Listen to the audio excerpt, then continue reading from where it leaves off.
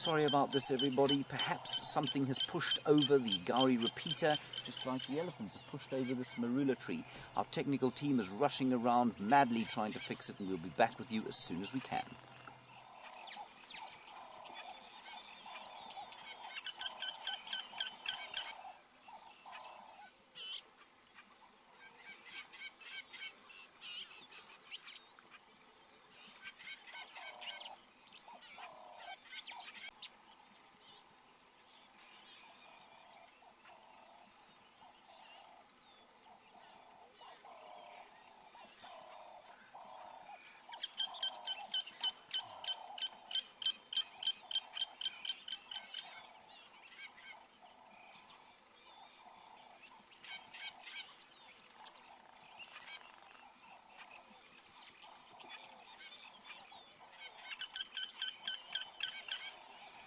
Hi everyone, we are experiencing technical difficulties, but please bear with us. Our engineering department and our tech department will be working on getting us back up and running as quickly as possible. As you know, bringing you live. Welcome to the Sunrise Safari. My name is Brent. I have a Dangerous on camera, and we are in the middle of the African bush live. Everyone is still on such a high from that incredible sighting last night. The Nkuhuma ladies with Jamie right there grabbed a buffalo right in front of us, and we were lucky enough, Dave and I, to get in a little bit later while the buffalo was still alive, and we managed to capture the second ever live lion kill. And very, very exciting, and everyone's still abuzz. And of course, with Jamie on her way to the Nkuhumas on that buffalo kill. Hopefully the cubs are there. Gendre, who did a spectacular job filming that last night. And of course, in final control this morning, we have Rebecca and Chelsea. Now, everyone, as I said, is still abuzz, and I can't wait to see if all the cubs are there. And so Jamie, after all her hard work last night, is on her way back there. Dave and I are trying to see if we can find Karula, and it's still looking for tracks. We haven't had tracks from her since we had her on that kill. She could still be around in this area, and I know lots of people are going to be very sad because Dave is leaving us today to go on holiday. Bye, Dave. Bye, Brent. I think I should throw you off the vehicle now. And but don't worry, in Dave's stead, we have Wiem, aka the Wildebeest, back. And Brian will be coming back on Tuesday. And of course, James will be arriving at some point during the day today. And he'll be on drive again from tomorrow.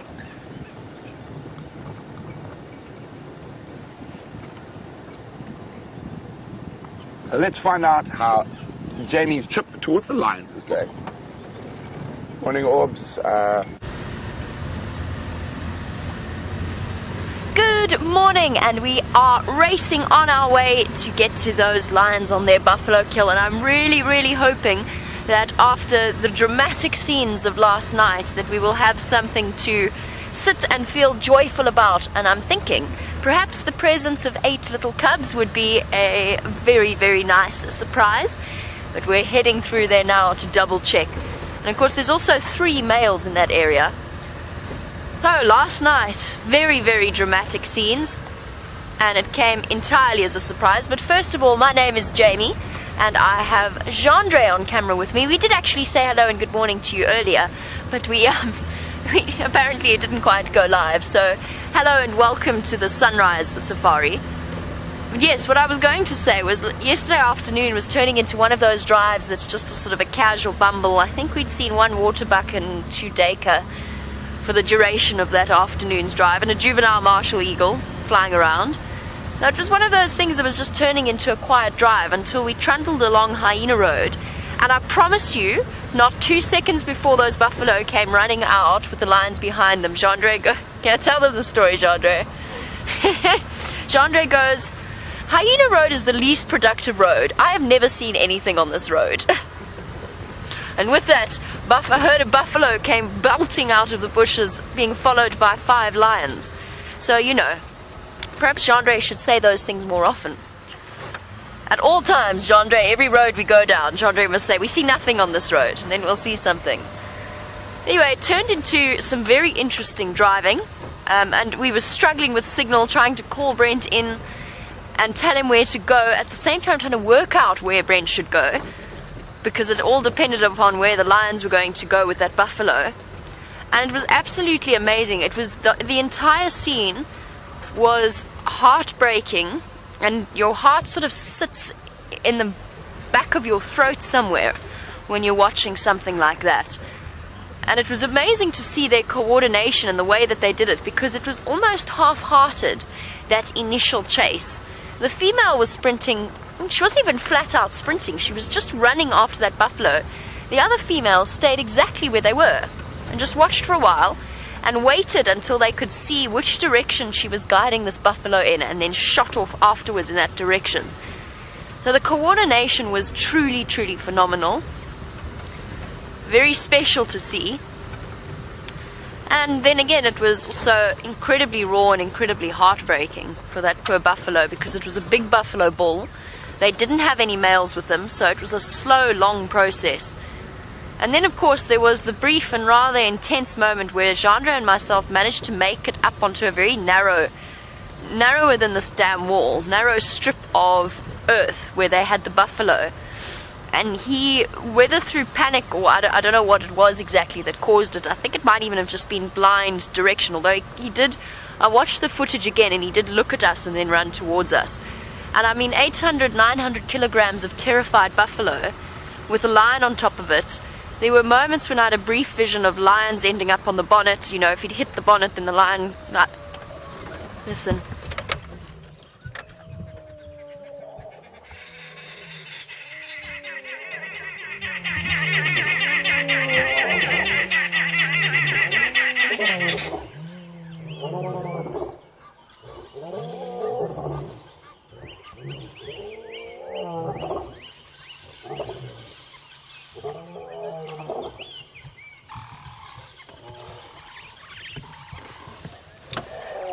Awesome. Should we go find them? Are you done yet? Yeah, let's go. It's a very, very difficult patch of off-roading, and I still have to try and figure out and work out exactly where the best spot to go in is, because we had some intensely interesting moments last night trying to get there. Oh yes, talking about the buffalo running towards us. So we went black screen as that happened. It was totally unintentional. We just lost signal, which I can imagine looked terrifying. But all we did was we just reversed a couple of meters and the lions turned the buffalo around. Nothing too dramatic. But it was an interesting moment because I was aware that there was a sheer drop somewhere, but not exactly where it was. And then just like that, we watched the buffalo tumble down into the drainage. And I knew it was over at that point because there was no way he would have been injured from that fall. And the whole thing just turned into it's awe-inspiring in a way.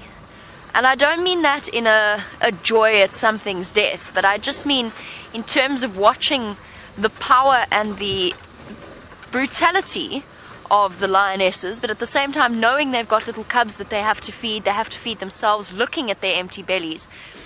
It was just very, very raw. And a truly incredible experience. And I've never witnessed a lion hunt from the perspective that we were, or a lion kill actually, from the perspective we were at, looking down at them. Okay, I'm going to concentrate on getting into the sighting. I think that the best way is going to be through here.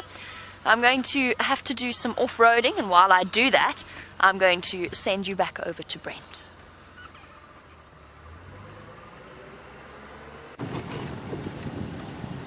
Wasn't that absolutely incredible what happened last night? And I wonder if the cubs are there now, so Jamie should find out shortly. Now, our search for the Queen is not going as well. No tracks, no alarm calls, no rasping leopard roar during night. So I'm just going to keep checking around here. I'm going to loop back towards where the kill was, maybe take a walk, and we'll see what's around.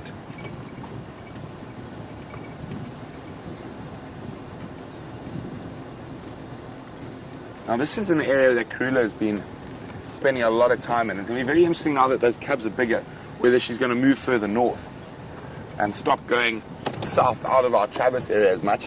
Fingers crossed, of course.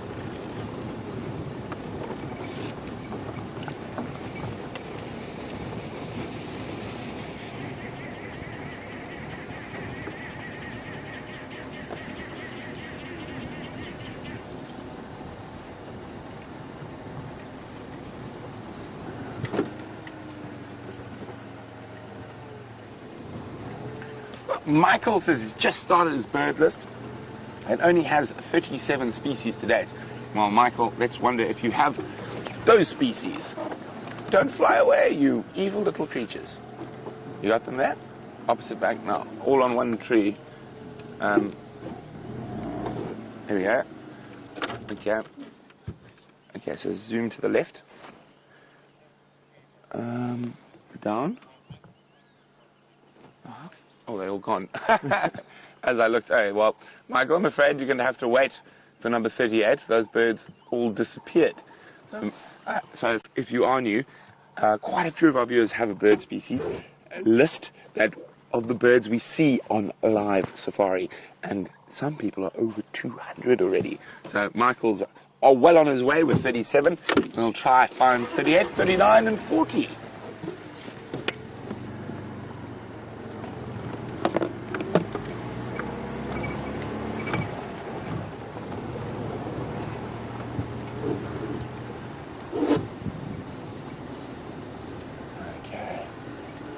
So this is another favorite spot of Karula's along this little river system. But, Michael, you'll be glad to know, not only is it a good spot for Karula, it's a good spot for birds as well.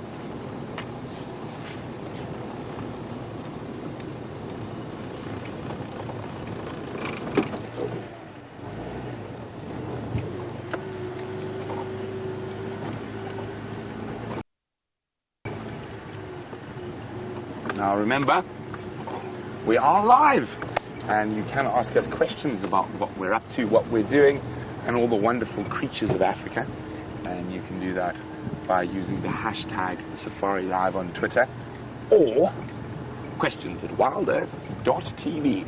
Now, a lot of our regulars would have heard me say that many, many times over the last year and a half or so.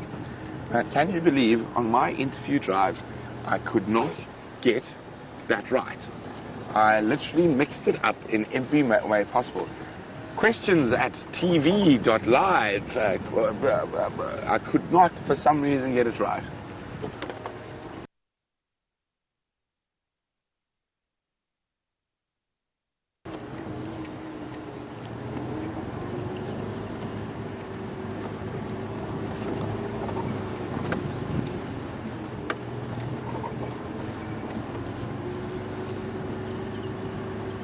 Okay, so no sign of any tracks. I'm going to head back down towards Philemon. Actually, I think I'm going to check Treehouse Dam first.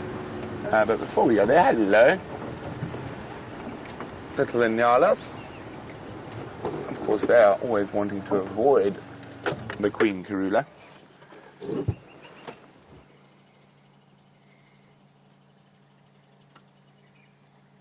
That's a young male. And the orange one was a female that walked past.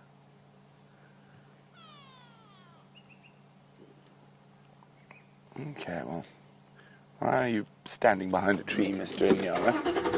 Go forward slightly. Here we go. Of course. Back through to the bushes. So we're going to keep heading towards the treehouse waterhole. Hopefully we find Karula lounging on next to it, with cubs running around.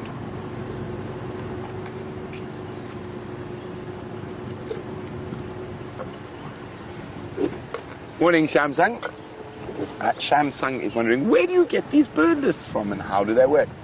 Well, Shamsung, as far as my understanding is, every time we see a bird on the live drive, you just write it down on your list, or you can write it on your computer, and that's how the bird lists work. I'm pretty sure if you would like to have a set bird list to work from, I'm not sure where, but somewhere on the World Wide Web, you'll be able to download a bird list for the Kruger National Park would be a good one. And you can work off that. Of course, we don't have all the species that are in the Kruger, but we should have most of them.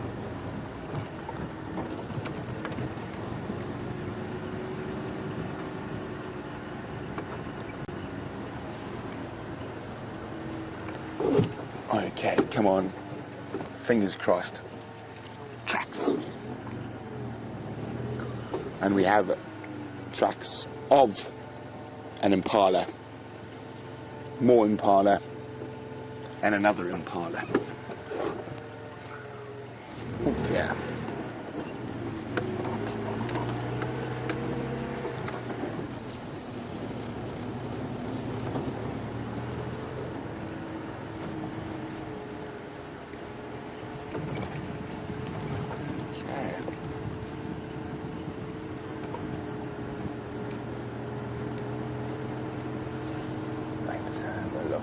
As I said, we're heading towards the treehouse waterhole. This area is a favourite of Karula's. Although I have that sort of niggling gut feeling that she could be still around the Mawati. We've already driven a section of the Mawati this morning and no tracks. Who knows, maybe she just pounced on another animal right next to the last one she caught. It is always possible.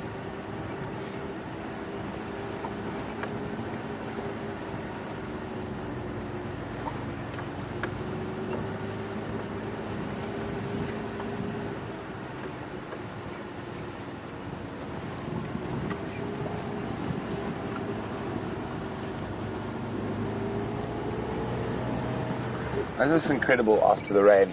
So on Cheetah Plains we could see there was a little bit of a green flush coming out, but if we look closely, these baboon tails are springing some sprouts after that rain. And I guess in 2 or 3 days we're going to have those beautiful little lilac flowers that come out of them.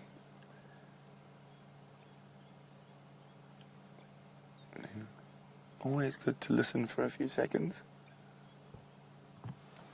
Nope. No noises. Just the tinkling of a rattling testicular in the drainage line.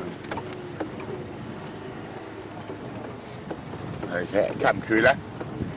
Be lounging into the treehouse waterhole.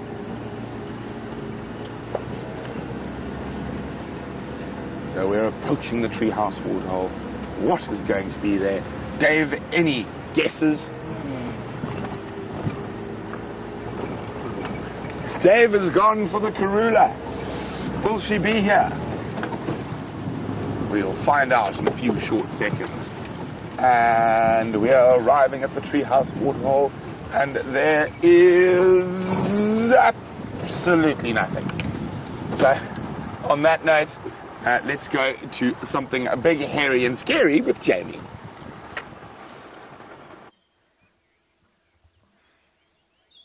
Hairy and scary indeed, and here we have the final result of the scene that we witnessed last night. A Birmingham boy attempting to pull the carcass a little bit away and feeding on what's still a lot of meat. They've only eaten a little bit of the rump. They haven't even removed the stomach contents yet. And from what I can see of our lionesses, the Birmingham boys haven't even allowed them to properly feed on this carcass yet.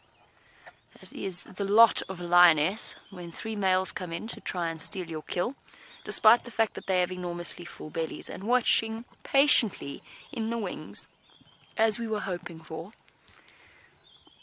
3 tiny little lion cubs. I bet you haven't had a chance to sit on the carcass yet, have you? Hello. I think this is our oldest group, but I'm actually not 100%. Yeah, it must be, because there's 3 of them. Oh, you're getting very brave. That's very brave. That's very, very brave.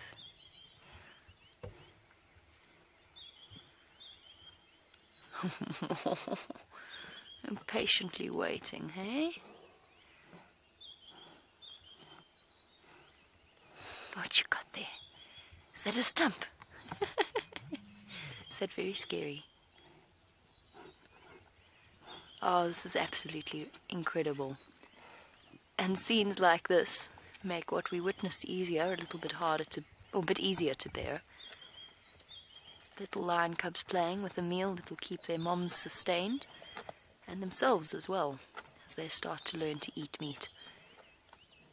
Energy to keep up this game that they've started. Can you believe you're watching this live?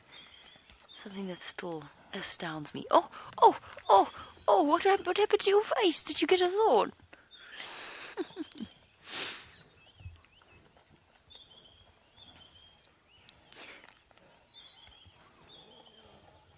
Oh, I can hear more cubs up at the top as well. So the whole family is here. I can hear little growling, begging sounds from the top of the drainage, which is where we were yesterday. We were sitting on top there, looking down on the entire scene, and up there somewhere are little cubs growling. Might be able to hear them.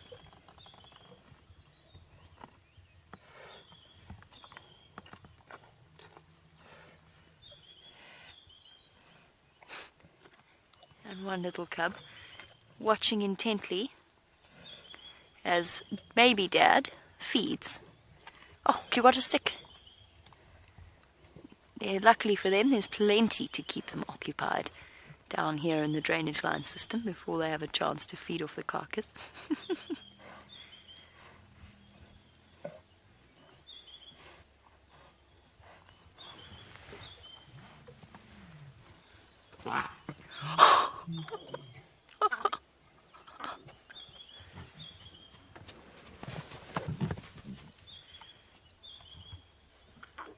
See? He hasn't let them near the carcass.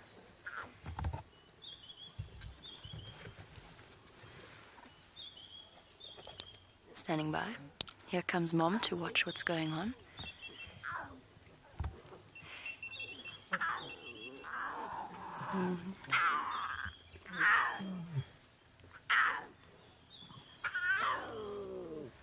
Oh, listen to the sounds that are coming. Orbs, are you coming along in Yellow Road North? Just keep coming.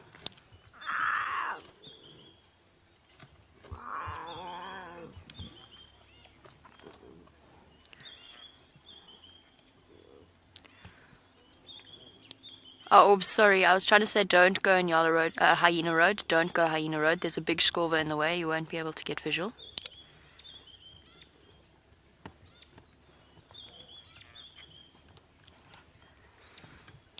Oh, sorry, Orbs, I've got your audio now. Come Yellow Road North. It's going to be the only way you'll see them. Sorry, guys. So what happened there was Amber Eyes was getting a little bit irritated with the actions of the cub, and also she was playing. It was a playful instinct with the cubs. Then she wanted to go and try and feed, and the Birmingham boy chased her away. This is probably what they've done all night. And you can actually see from Amber Eyes' stomach that she hasn't eaten. Maybe she's had a couple of mouthfuls this way. But the Birmingham boy has taken the lion's share.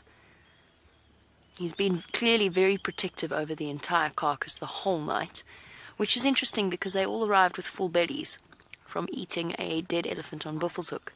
The cubs definitely won't even have got a nose in to this particular situation.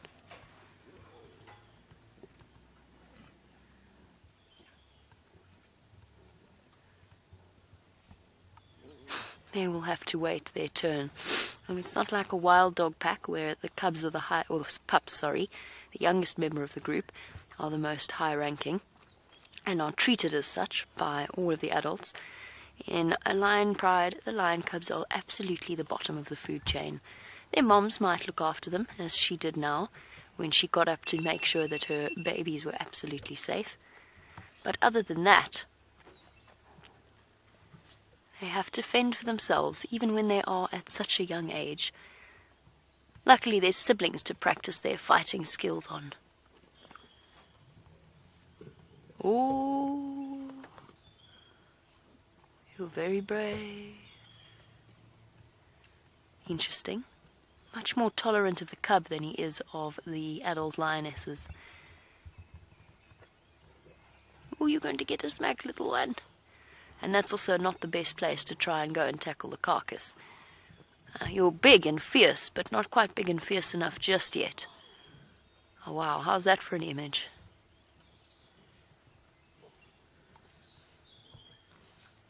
Maybe not. Actually, playing's a bit more fun than trying to break through thick buffalo skin. Especially when you've got one mom and two aunties lactating to provide a little bit of extra food.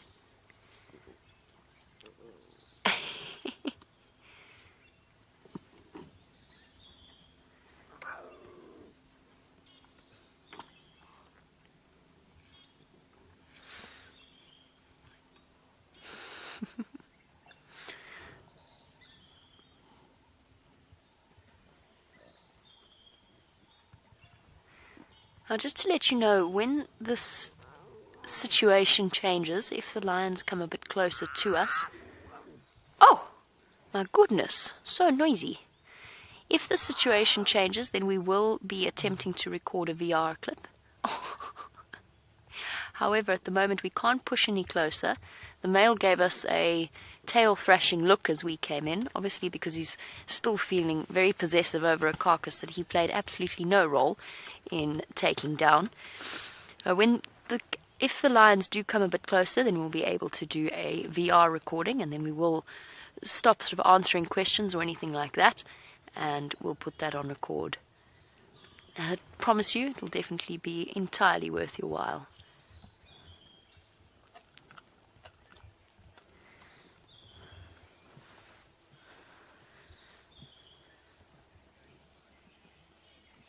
And David, in Napa, while we watch the females finally get to feed a little bit on a buffalo that they killed entirely by themselves, David wants to know, when lionesses do go in for a kill, is there a role that each one specifically adopts in terms of positioning? Maybe one is always on top of the animal, one is designated to the throat hold, and so on. Well, David, there's a lot of research, and it's really appropriate that we're talking about this while we're looking at the amber-eyed lioness, because she very often takes the sort of front role in the hunting that they do, as well as the young lioness, the youngest lioness of the group. And David, there's a lot of research being done into the way that lionesses coordinate the attacks. Almost invariably, what I've seen with the Nkuhumas is one or two lionesses shoot off in pursuit of the prey. The others seem to hang back and just wait until the prey decides which direction it's going to go in, which is exactly what happened yesterday.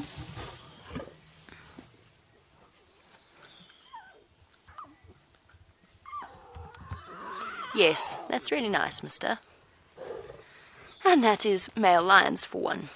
They play a big role in defending territory and keeping the lionesses and their cubs safe from incoming males, although bearing in mind, of course, when they came in, they killed 4 of the Nkuhumas. Apparently, 2 of them were before my time and resulted in Junior being removed. So they basically reduced the Nkuhumas from 10 at the start of last year to 5 now. But now they play a very important role in protecting their cubs. But despite the fact that he has been feeding on an elephant for the last few days, he won't let the lionesses feed. He wants his lion's share first, and he's got an extra, at least, I'd say for him, Birmingham boys are not big, but he's got at least 100 kilograms on these lionesses, so 220 odd pounds heavier. Oh, it's just so... It's one of those things that we as human beings watch, and it seems so blatantly unfair, since the lionesses played an enormous role in taking... Well, they did. They took this buffalo down on their own. The males just turned up at the end. And that's just how lions work. And one thing he will be useful for is, now that they've brought their cubs here, he will be really useful in terms of keeping hyenas at bay.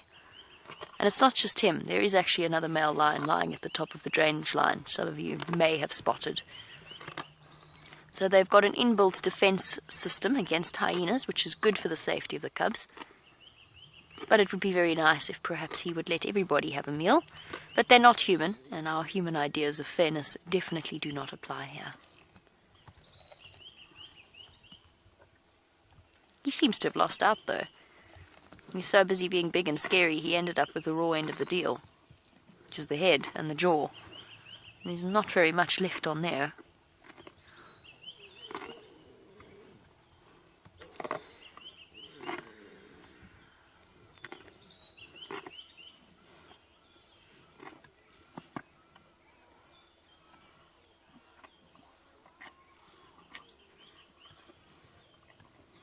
And Michael, yes, that is why the male is more tolerant of the little cubs, because he is their bloodline, or they are his bloodline, or vice versa, however you want to see it. The lionesses are not. They are merely vectors, basically, to pass on his genetic material. Oh, yummy.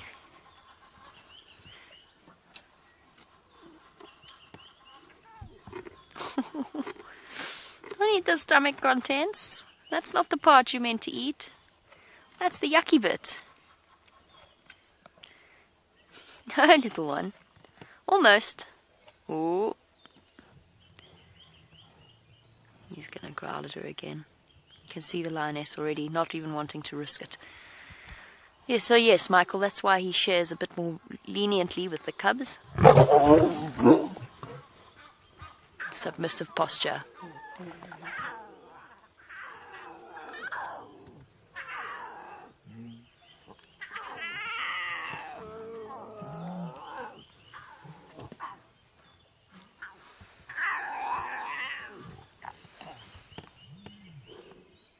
How protective she is over the cubs.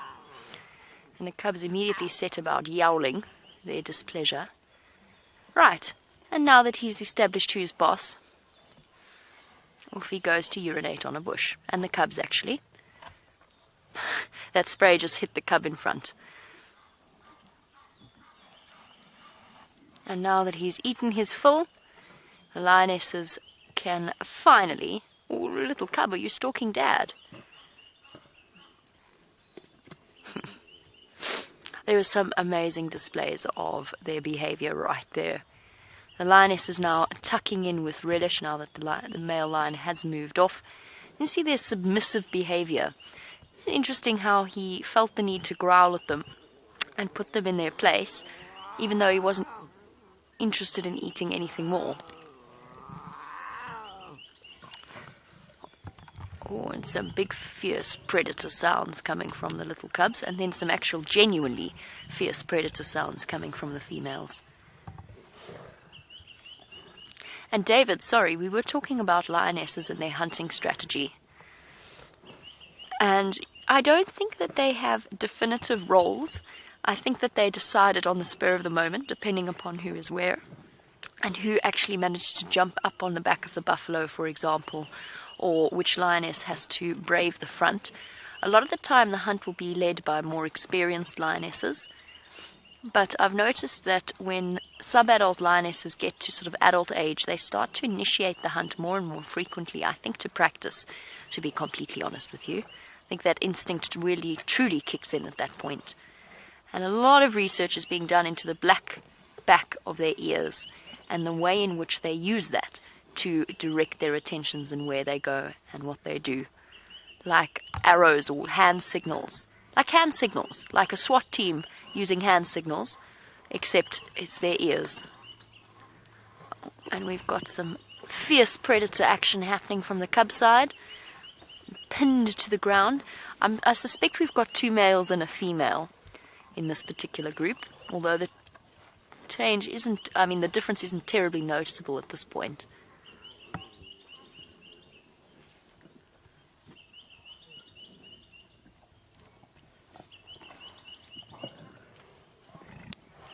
Aubrey. What's your position?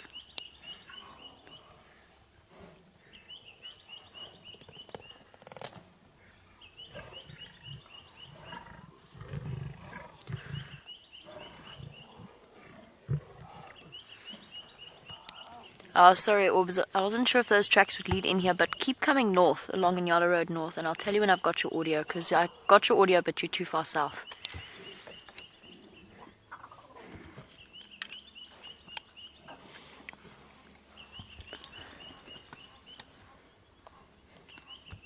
Sorry guys, just directing Aubrey into the sighting.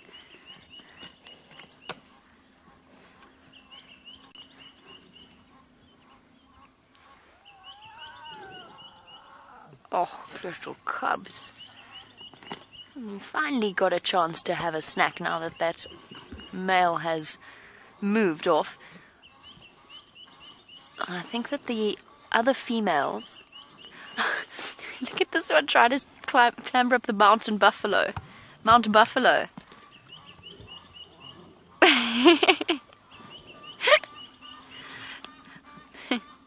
Mount Buffalo is definitely a little bit too big of a climb right now for such a little creature. And as sharp as your teeth are, you are not going to break through the skin there.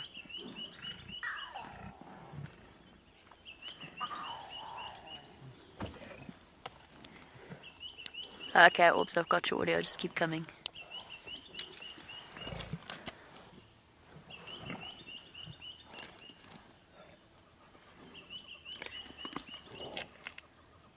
A grisly scene, and yet at the same time, kind of a really contented family scene. One of those strange, I don't know what one would call it, dichotomies of life. Little cubs feeding happily away at a buffalo carcass. The other cubs are further up outside of the drainage line, as I said, and I don't think the female wants to risk bringing them down here with the males behaving as aggressively as they are. They're still a little bit young. But it was fascinating to watch that whole scene play out and how defensive the mother became, and little cubs rushing to her side. Not that the males would harm the cub. As we discussed with Michael's question, they're more likely to harm the females than they are to harm cubs that they think are their own.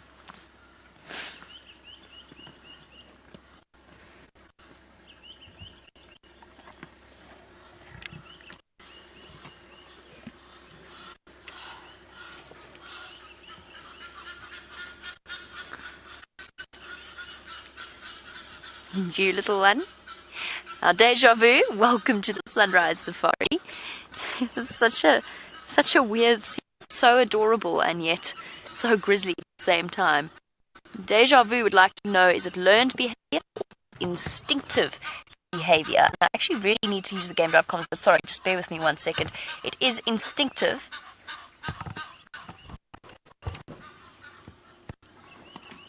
It seems as though our signal might be breaking up. I'm going to Brent.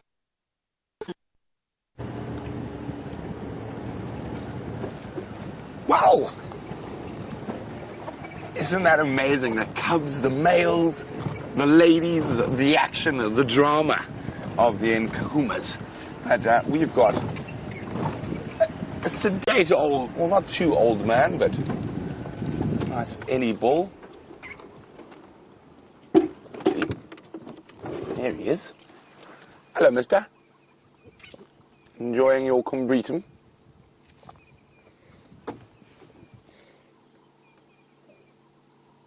So probably around 30-ish, maybe a little bit older. You can see that slight colour in the sky behind. Now, we haven't seen any really big ellie bulls for a while. I'm hoping they do make an appearance soon. And here, the fork-tailed drongo in the background, chirping away.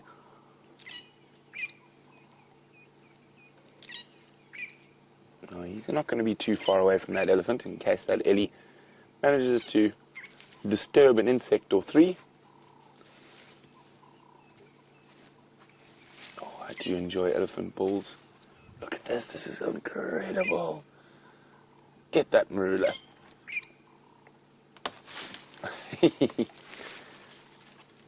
Incredible power.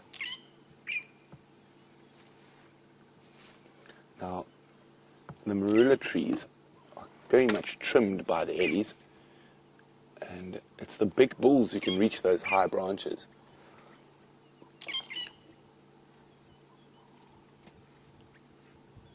And now with the drought, the smaller branches of the marula are what they're eating. There's no real leaves, so they actually eat the whole branch at the moment.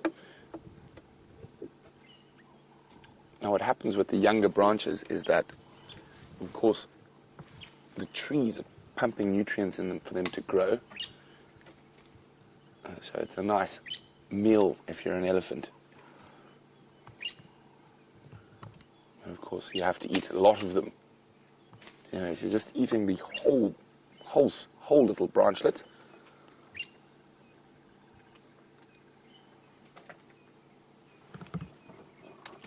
hey, mister.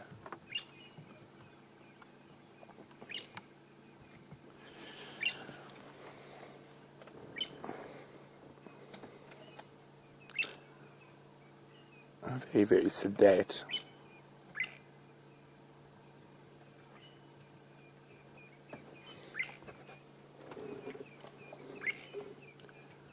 I'm just trying to listen to see if he's on his own or he's hanging on the peripheries of a larger herd. But from what I can hear so far, he's flying solo. And that's not uncommon with elephant bulls, unless they're in must.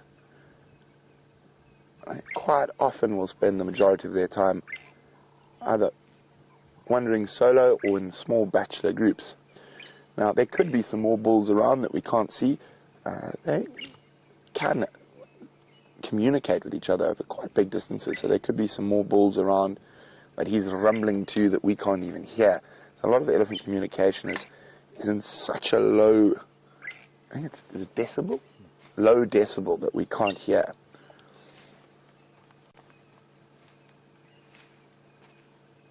Hey, big boy. He might give us a little head shake. Yes, we're right here.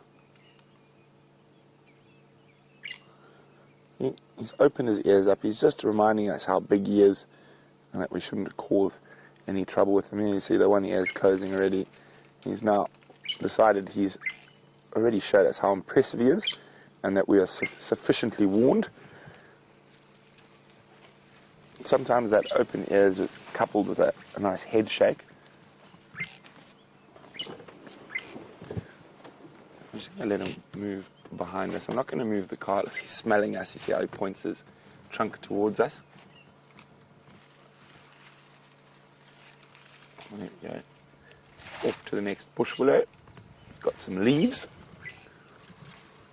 Now I'm just going to roll forward and then turn around. Oh, I thought we were on more of a sled. I thought I could just silently sneak off, but I'm not going to start the vehicle. Now, very important, especially when an elephant's this close, is that I'm going to start the car and I let it run. Now, to start and move, even though the elephants in the Sabi Sands are incredibly relaxed around vehicles, it's always good practice because you never know. We might be somewhere where the elephants aren't so relaxed. There we go. You can see the car noise isn't bothering me at all, so now I'm going to move. And he isn't even moving his head, he's carrying on eating. So I'm just going to turn around. And there we go.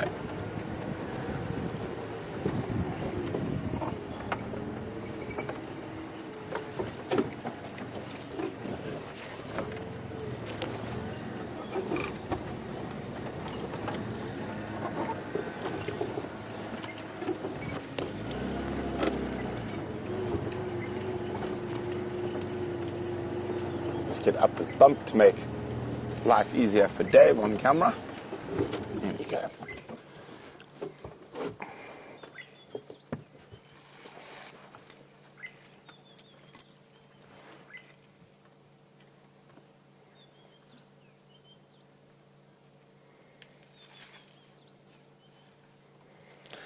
Now,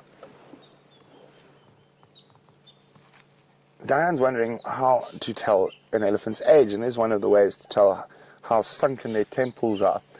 Diane, that only really works for incredibly old animals, and you'll notice this year, because of the drought, there could be a few more sunken temples just because of lack of quality food. But that generally only works with older elephants. When elephants are, particularly females, are much harder to age than the bulls. Or for me, anyway. There might be someone who's better at it than me. But sunken temples is one of the things we look at. But we look at lots of different things that'll help age an elephant. With bulls, for me, it's shoulder height. You can see he's very, very tall. So I'd say he's coming into his prime at the moment.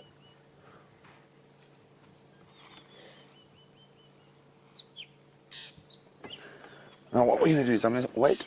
Let's stick with him while he feeds along.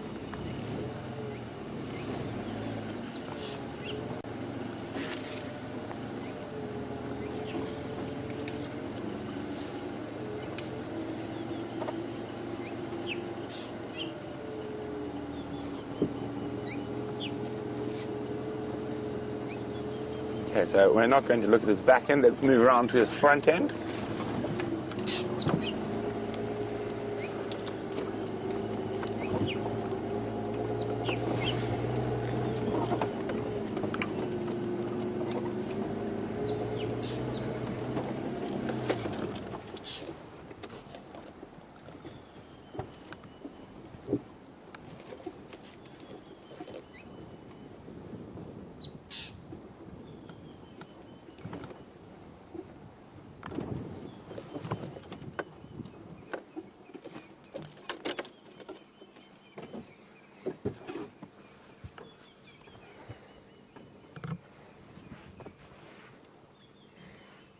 Now it's interesting to see what he does here. I think he might lift up some of those dead branches to try and get at the fresh branches underneath. Oh no, he's going for the bush willow. And you notice how he's feeding. He's only picking on the very young branches that are probably having them, which almost definitely have the most nutrients. Where, oh no, he doesn't. No, doesn't like that. Just drop them.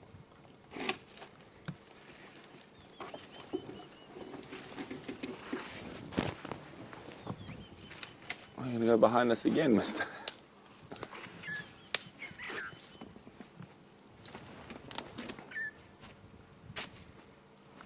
So he grabbed a bunch of leaves from that bush willow and decided, nope, not tasty enough, I'm going to move on. And now, looking at his behavior, you can see he's completely relaxed with us. Now, he might give us another ear opening and stuff, and that's quite common with elephant bulls. They do that, and maybe shake his head at us. He's just reminding us that he's a big boy and not to be trifled with.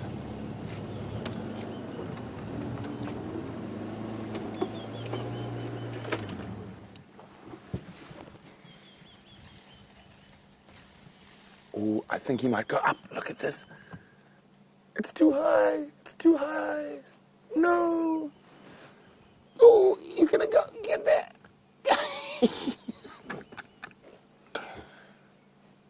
It's just out of his reach. Oh, there we go. He's got a leaf. Oh, well done, big boy. He's looking a bit embarrassed that he couldn't reach that. Now, because of the drought, we're watching an elephant feed off a torchwood, and that isn't... If they had a choice... Oh, look, look, look, look.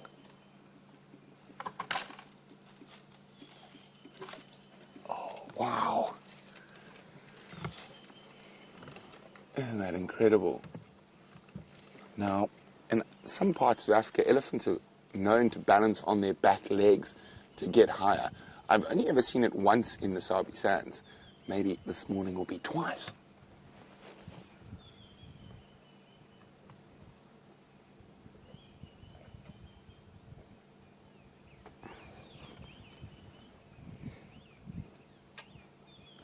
He's going to do it again. He's looking, trying to spot a branch that's within his grasp. No, he's decided they're all too high. Might move on to the next torchwood. Here he goes. Now, elephants, when they have a choice, generally don't eat torchwoods. But now, with the drought, oh, shame. Oh, oh, yes. Yes, I've got it.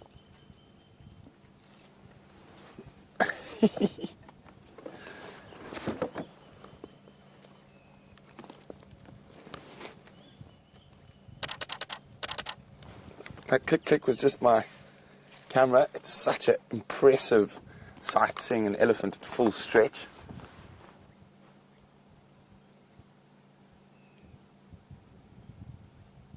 I really do. I love spending time with Ellie bulls.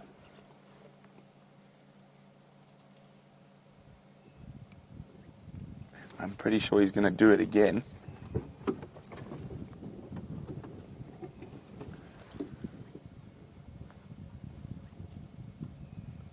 Okay, is everyone ready?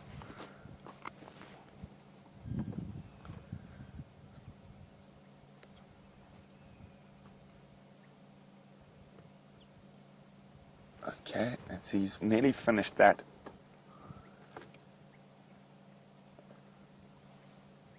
And there we go.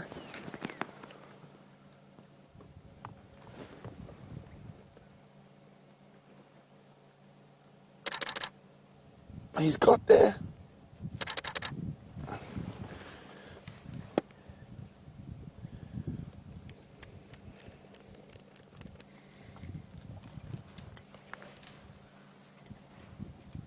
Isn't this just spectacular?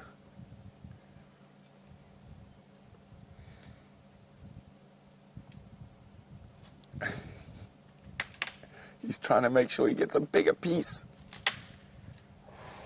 Oh dear. And he's weakened that branch, so he doesn't want to pull the smaller bits off. He's trying to get that bigger branch. But it... Oh. Unfortunately, for him it didn't seem like it worked that time.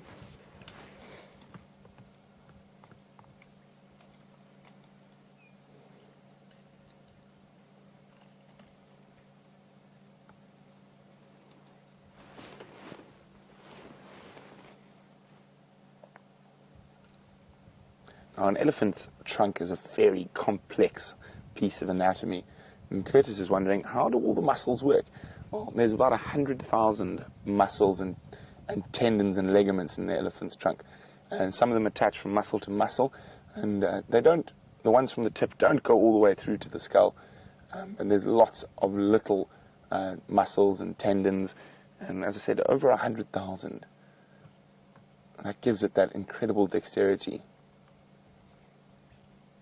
And of course, quite a bit of cartilage that gives it, firms it up a bit.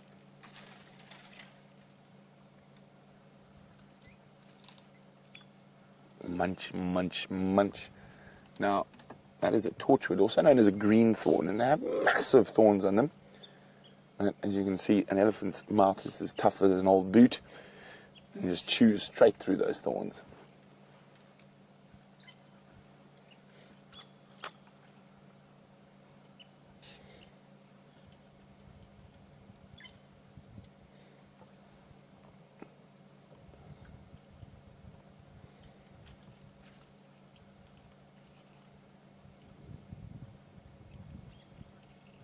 Such a peaceful experience sitting with an elephant bull.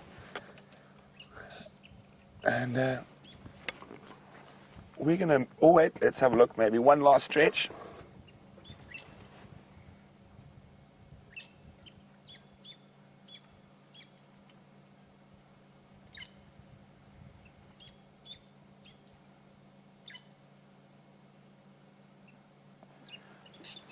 Look, come on, one last stretch.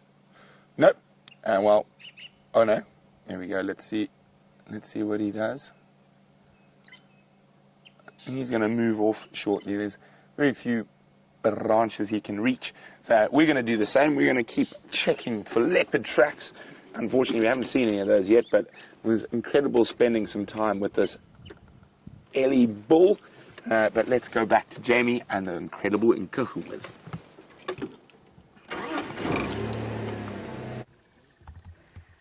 What an awesome morning spent with two of Africa's most iconic animals, the lion and the elephant.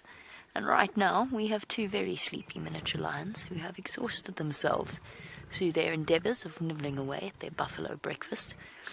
Just to warn some people, we've repositioned in order to give Aubrey and his guests a better view. There isn't really much space around here to get into a good spot. They've managed to make their way down here. So for those of you who are a little bit squeamish, buffalo kills are gruesome. All kills are gruesome.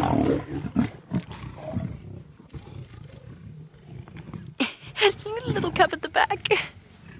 All that growling, and then there's this little head nibbling away at the hip bones. You're a canny little thing.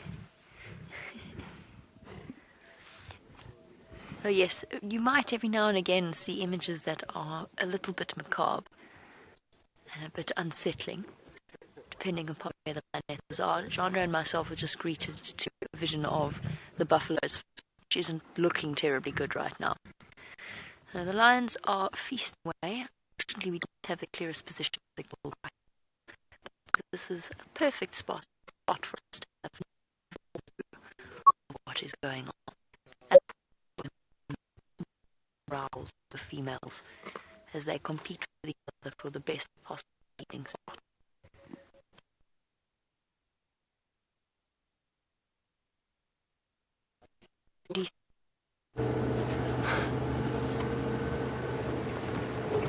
So I think the cloud's playing a bit of havoc with Rusty's signal, so hopefully Jamie's going to be able to reposition into a good spot. Now, I've heard a report that there were male lions calling in this area, and there's only 2 Birminghams on the buffalo carcass, so it could be a lion here. But I'm really hoping to find just one leopard track that we can follow.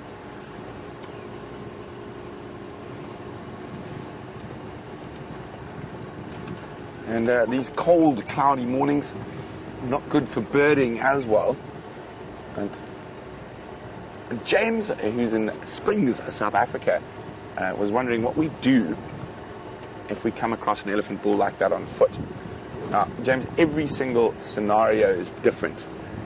Quite often with ellie bulls, they're incredible to encounter on foot, especially in areas where they're not persecuted or poached. They're very, very, very cool animals. I've actually had one with its trunk sniff my hair while I was sitting under a tree very quietly and calmly.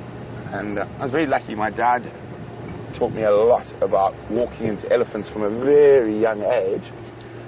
And my first memory is actually on foot with an elephant.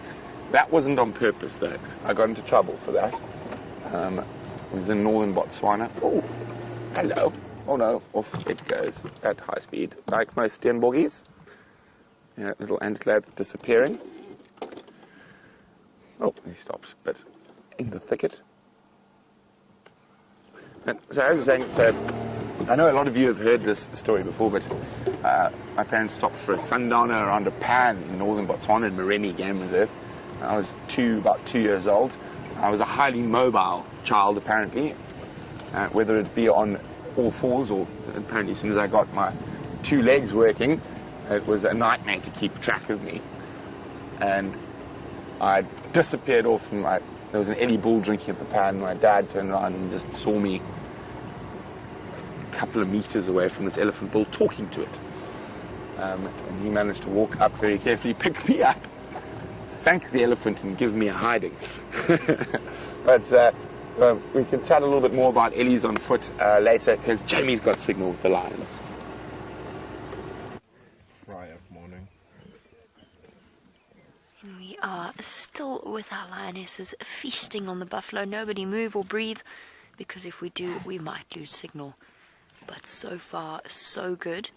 We seem to be okay. It's one of the reasons why we're in the position that we're in. And there you go. Macabre view of our buffalo skull. Funnily enough, both Brent and myself have both stopped at this buffalo bull in the last 2 days to talk about it. It was the one with the blind right eye. Brent stopped with it yesterday morning, and I stopped with it the day before.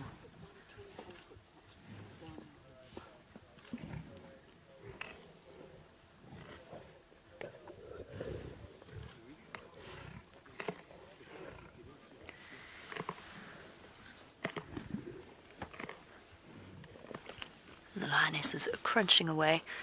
And I really mean it when I say they probably, judging by their empty bellies, they probably never got to have more than a couple of mouthfuls of this buffalo before the males came in last night.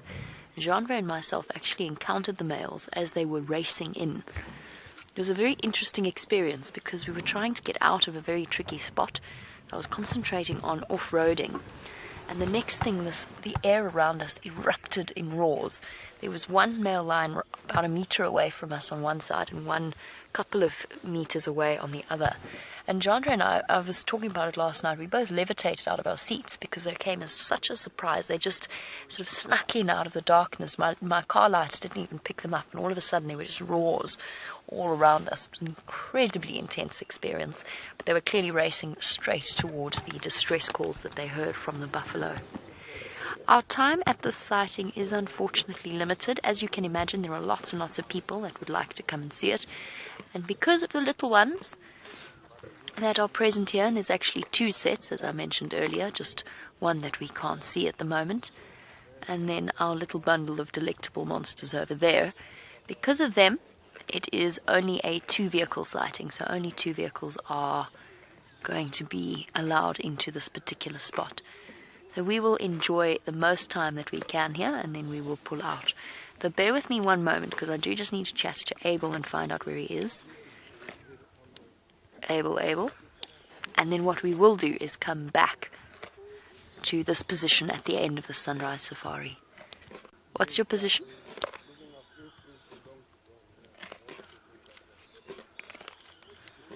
Okay, copy. I was just wondering which vehicle. I thought you were on first standby for these Ngala. I know you said you'd make a big loop, but just let me know when you're in the area.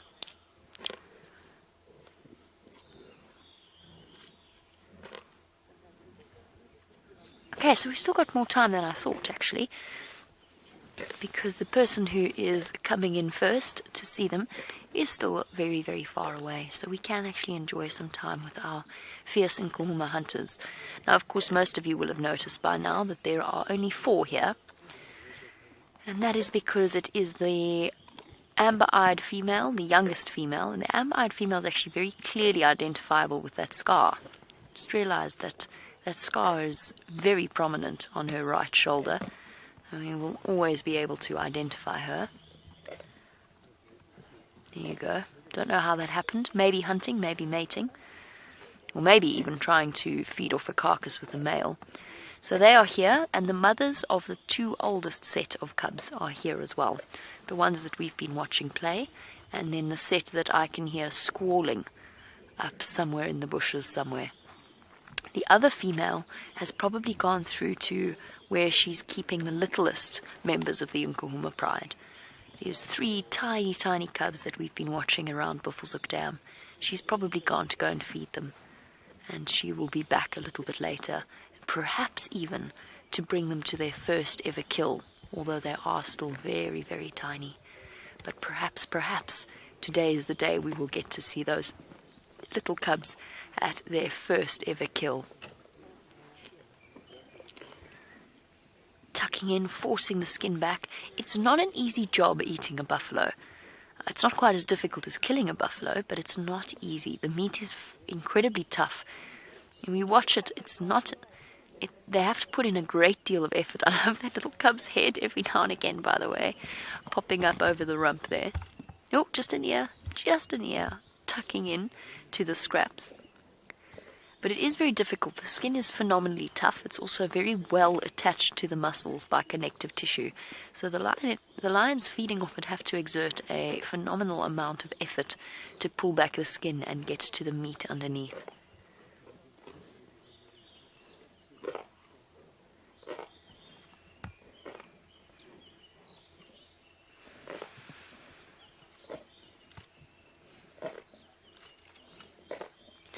Last night we watched the pride take down this buffalo from start to finish. Justin S., you wanted to know about how long it takes a pride to kill a buffalo. It depends on the pride. So it depends on the size of the buffalo, and it depends on the number of lions, and it depends on whether or not they've got males with them. Last night there were only 5 females. The females are weaker than the males. They're not as strong, and they're not as good at sort of exerting that strength that the males have in order to bring the buffalo down and suffocate it. And very often male lions will take point on this sort of thing. So the less males there are and the less lions there are altogether will mean the longer the process is for that particular buffalo. Now, last night, how long did it take, Chandra? An hour? I don't know. It's all such a blur that I'm not 100% sure. No, maybe less. Might have taken them about 40 minutes.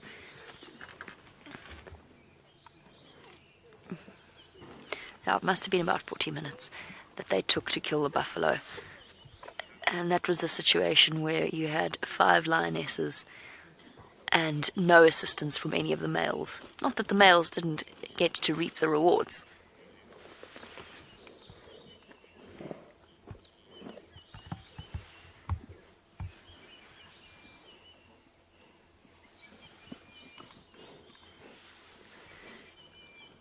Gruesome, bloody faces. The females finally reaping the rewards.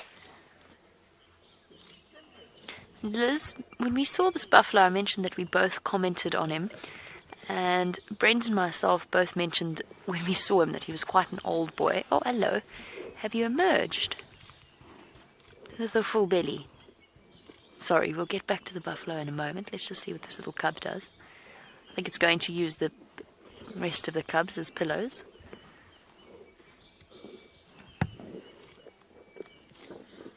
Oh, standard lion lack of personal space. Just sitting on top of each other. Something that will continue throughout the rest of their lives. Cleaning off the buffalo. Oh.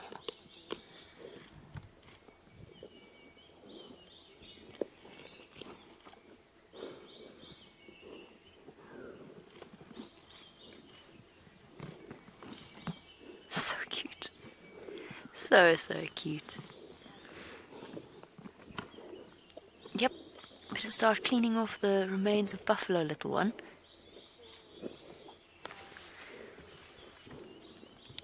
Okay, copy. I will start pulling out in a moment. Sorry guys, we've got to the end of the time that we can spend with this particular kill. He got there much faster than I expected. In fact, I'm quite amazed at the speed at which that happened. So just a quick answer to Liz's question about how old this buffalo was. I would guess it around maybe 12, 13 years old. Possibly even older, but it's hard now. It's hard to look back and remember exactly how old I sort of thought it would be. What we can do is we can examine the lower jaw. Not right now. I don't think they'd be terribly impressed with us, but we can go and examine the condition of the teeth once the skull is left, and go and see how far down they've been worn. And that will give us a more accurate idea of how old this particular buffalo was. Right, we will be back, I promise. We will come back here towards the end of the sunrise safari. But for now, it's time for us to leave our lionesses, their cubs, and the big male lions to their breakfast. So well done to Amber Eyes. You ladies did a good job last night. It was not an easy one, but provided for the entire family, and whether they liked it or not, for the males as well, who were sleeping off to the side. So one last view of our oldest set of Nkuhuma cubs, and their gorgeous little faces, complete with leaf in mouth.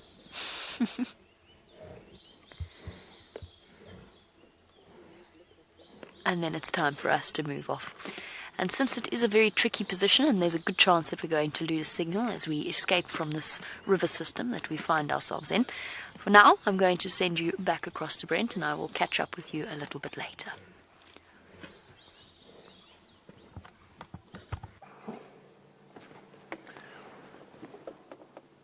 Well, we have a lovely, great big bird of prey. And I'm just having a quick look to get an idea. I know it's a bit difficult with the dull skies behind it. Aha, I know what it is. And I'm sure a few of you do as well. So there's a pair of them actually. So there's one there and one on the scotia to the left. Let's just make sure they're the same species.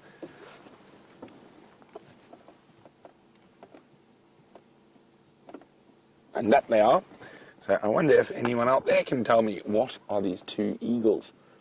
If you know what these eagles are, pop an email to questions@wildearth.tv or use the hashtag Safari Live. Which eagles are these? And hopefully there could be a new one for some of your bird lists. I'm going to try and get a little bit closer.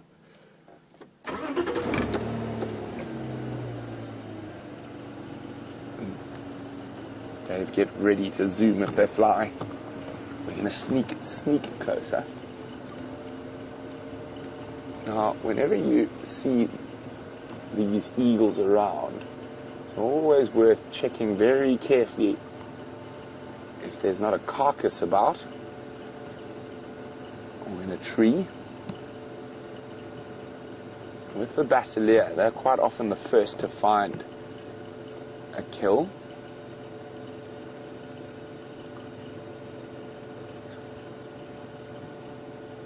Okay, so we're moving very slowly. I don't want to scare the eagle. There we go. There's a better view for the ID.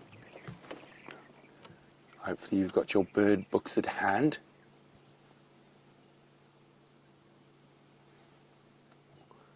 So, Michael, this could possibly be number 38 for you.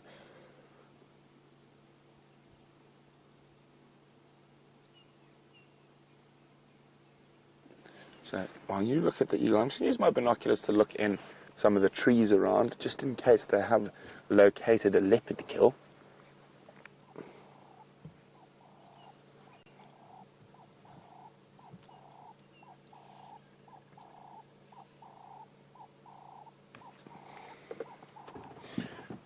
Can't see anything just yet. Let's move forward a little bit. Oh. Let the engine run. Running the engine, same principle with all creatures. Just get them used to the sound before you start moving.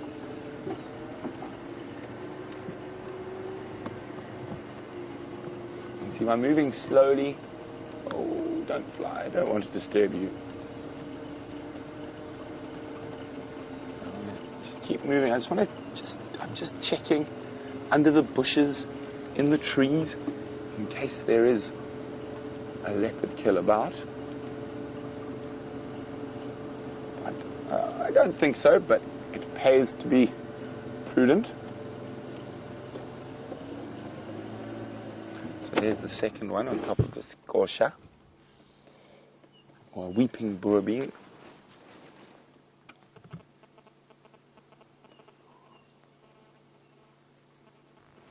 Magnificent birds, part of the aquila eagles, the true eagles, the feathers all the way down their legs. Well, I think you've definitely had good enough views of these eagles to identify them, and I don't think that there is a leopard kill here. I'm hoping I'm wrong, and we'll spot one shortly, but let's keep moving. Goodbye.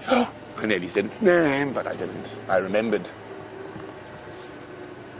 Okay, so it has a nice big animal path that's frequented by lots of different creatures, and it looks like overnight it was frequented by elephants.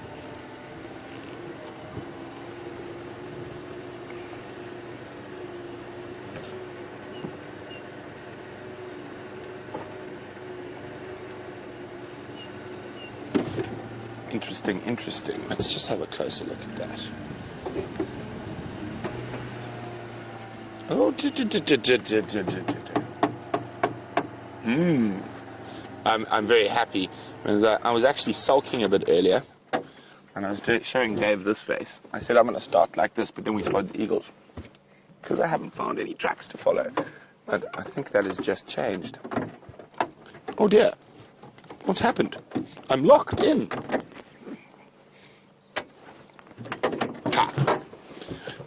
Just want to have a quick look at the tracks. Sorry about that. I know you guys must have heard something horrible as that happened.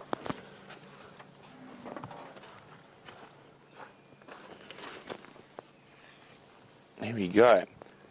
And this looks to be a young male leopard. possibly Sindile. Just judging by the size, it could obviously be a young male leopard, we don't know. Maybe those tawny eagles are onto something after all. Okay, I just want to see if the track goes off that way. So the last track I have is here. Let's just check on this side of the road.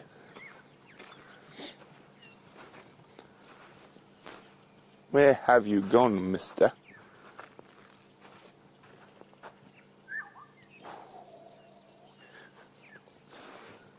So when you see me dance with my foot, it means I've found a track.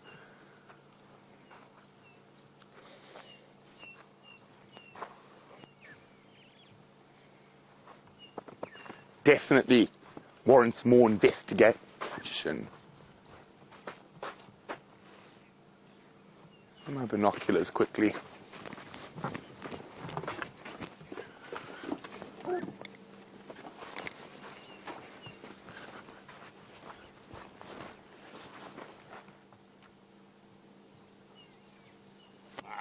It's just a funny shape in the tree. I got really excited there for a second.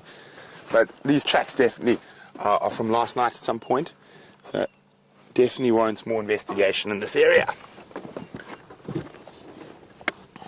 So our plan is I'm just going to check our western boundary quickly, make sure the tracks don't cross.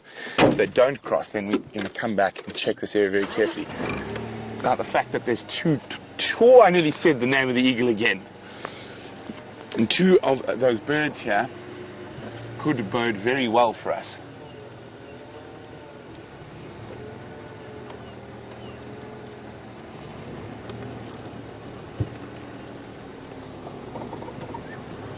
So, depending on what a leopard's caught, sometimes it's a bit heavy to lift a kill in the tree. Well done, Kyle, Stephanie, and Marianne. I'm now allowed to use the name of the eagle. It is a tawny eagle. Along with the bateleur, they are often the first to find a kill.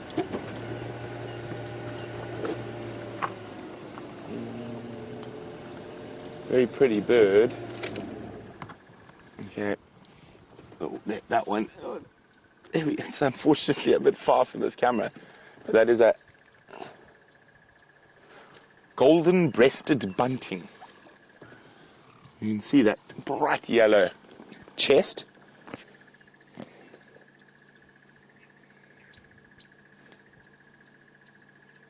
Okay. Bye-bye, Mr. Bunting. We're looking for leopards. Oh, before we go, just in case people are on the birding train today, that looks like a fork-tailed drongo, but it's not. That is a southern black flycatcher. What's that running there? Oh, it's a monkey. A vervet monkey running along the ground. Now, that's good news and bad news. It could go either way. Next to the big tree on the right. Here we go. Whoop. An ascending monkey having a look at us. So if there is a leopard around, that monkey is going to let us know.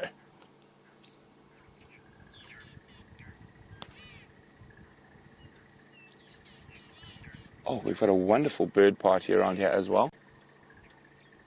And so we've got our eyes in the sky, not Connor in the drone, but the vervet monkey in the tree.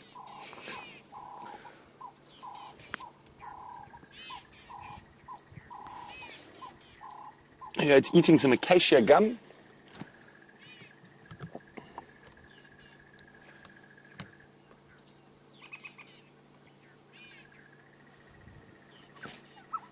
We can hear oriole, we can hear crested barbet. Actually, let's just move forward slightly.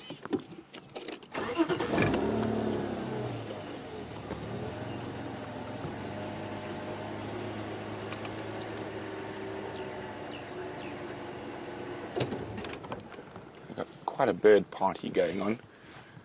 To the left, center frame. There we go. A common scimitable.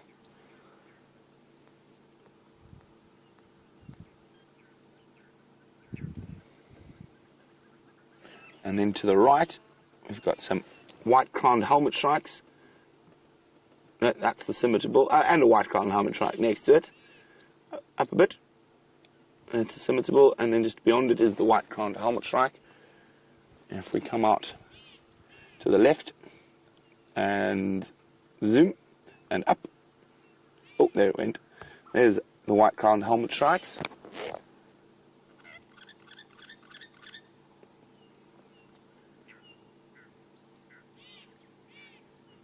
You can hear a Cape turtle dove, which are opposite us on the ground. There's also, oh, okay, what you got there? That's the Cape, is it a Cape? No, you're still on the white-crowned helmet shrikes. Now you're going to come out and to the left again, and then up that tree to the top.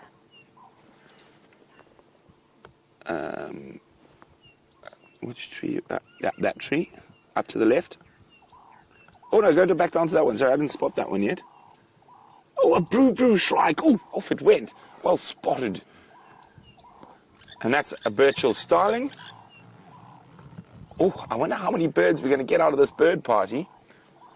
Oh, there's a dove trying to impress a lady. Yeah, keep going. A little bit to the left. A little bit more to the left. There we go. Through the fallen tree. A little bit more to the left. Down. There we go. Look at. There's a male Cape turtle dove trying to woo a female. She doesn't look like she's having any of it.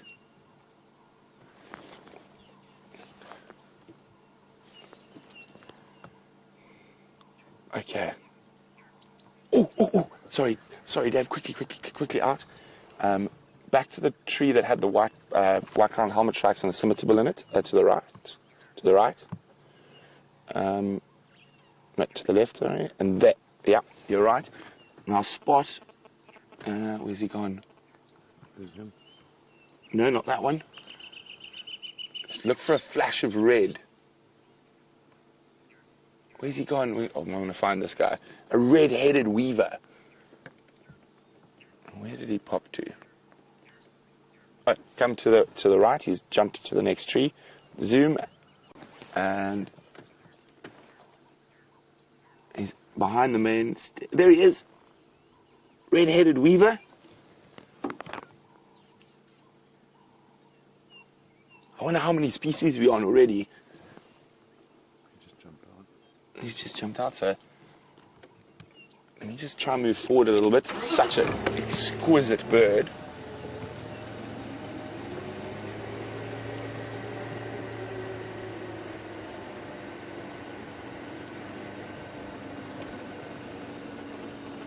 Did you see where he went?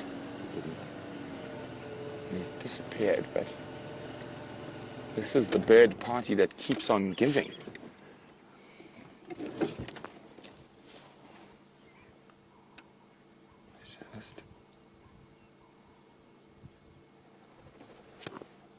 Looking around, I think they've moved off a bit far now. But was that? I don't know. Let's just try to remember how many species we got there. Cape turtle dove, Birchall starling, brew shrike, white-crowned helmet shrike, red-headed weaver, common scimitable. Can you think of any more there? You mentioned the shrike. Yes. Oh, and southern black flycatcher. That's pretty good going for one little bird party. Oh, golden-breasted bunting. Okay. So we are still looking for the leopard as well. But that was just too good a bird party to pass up on. Definitely Sunday fun day for the birds of Juma. Oh, I can hear a few more species. We're still going to try and sneak around the edge of this bird party. It was my plan to come here because we are looking to see if the tracks of that leopard cross out.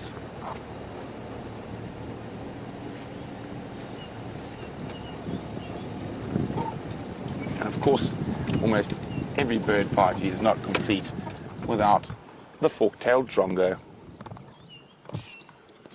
Oh, off he goes.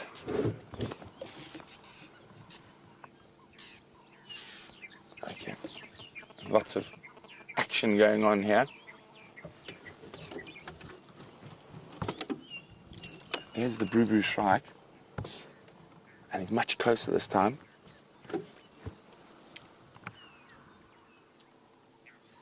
Look at that. Oh. This is incredible. If we just sit and watch for a second. Right, let's go a bit closer.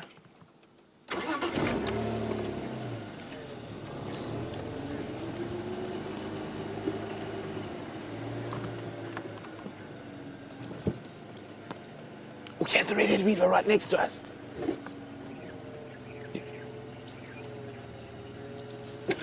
There he is. Oh, there we go.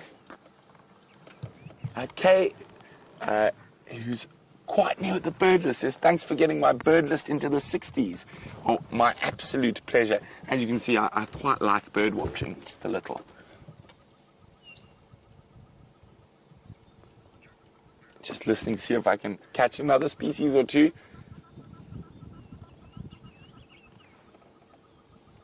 They're moving off, and we've got leopard to look for.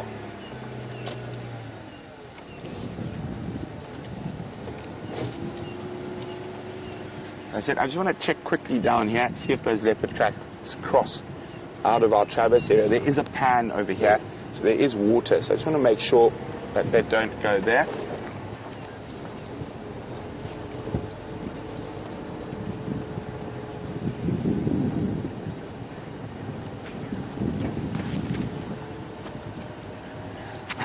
Thanks very much, Ginny. Ginny says, it's so wonderful to see you get as excited about birds as you do about wild dogs. It's very cute. Well, thanks very much, Ginny. And, oh no, that one kept flying. But hopefully we're going to get a few more bird species.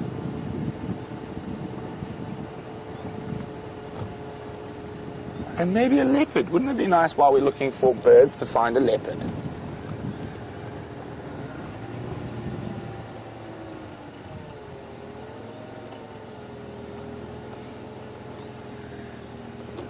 Well, Elinda says, kudos to the talented cameraman who's no longer known as Dave, known as Dangerous Dish. And Elinda says, so talented, able to spot all the birds and move through the sighting so smoothly. So well done to Dave.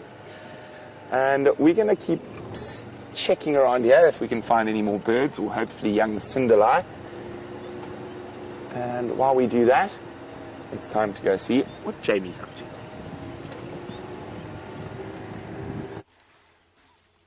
Well, in this case, Jeandre is definitely having a slightly easier job than Dave right now. He doesn't have to pick out something very small and very feathered and very flighty. Instead, we have two young bull elephants really enjoying a fallen knobthorn that's been pushed over by the rest of the herd. And these two little stragglers, I can hear the rest of the elephants off somewhere to the east of us, but these two little stragglers are enjoying their morning breakfast. And I'm hoping that since it is a cold morning out here in the African bush, that perhaps they'll give us a little bit of a sparring session. Oh, goodness, that was meant to stay in my ear. There we go. A nice, peaceful turn that the morning has taken. And just enjoyable to sit and spend a little bit of time with these behemoths. At the moment they don't seem terribly interested in sparring with each other, but instead focused on the knobthorn tree that's been pushed over. Now in the spring months, around September, October, the knobthorns are the first trees to get their first new spring green leaves. And as a result, if you watch in spring, they are the trees that immediately start to get hammered, essentially, by the elephants of the area. What they do actually is they provide some serious help to the various browsers that aren't quite able to reach as high as the elephants are.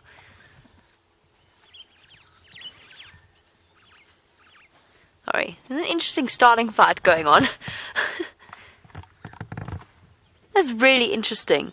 So that's the Birchall starling, that's the largest starling. It's being chased by two greater blue-eared starlings, which are much, much smaller. Well done, Chandre. Sorry, I know I said I was going to make your life easier than Dave's, I've just made it harder. Chandre proving how awesome his camera work skills are. Or not. Or not. No, that was marvellous. I just found it fascinating that the smaller starlings were chasing the bigger starling. I think it was just advantage of numbers. Where'd they... I don't even know where they went. Oh, I can sort of see them. Yeah, I can sort of see them between the tree branches. Fascinating. Just goes to show there are certain species of bird that are aggressive and almost bullish in their approach. Starlings are one. Barbets are another. Barbets I have seen bully several different bird species. Drongos are definitely high up on the list. And then something we learned from Brent's sighting not too long ago, the lapwings that were chasing the little three-banded plover around the edge of Buffelshoek Dam. I mean, completely bizarre. And you watch them and you know that it's a sort of a product of competition, but I have no idea what upset those starlings so, except perhaps an invasion of personal space. But half the time they're quite content to sit with a sort of mixed combination of Birchall starling, greater blue-eared, Cape glossy, all together. And for some reason those two starlings took exception to their Birchall's friend. And all in all, our elephants haven't even bothered to look up. That nick is familiar in that ear. It looks as though somebody actually neatly cut a piece out of that. That's not what happened, of course. That is a natural shape.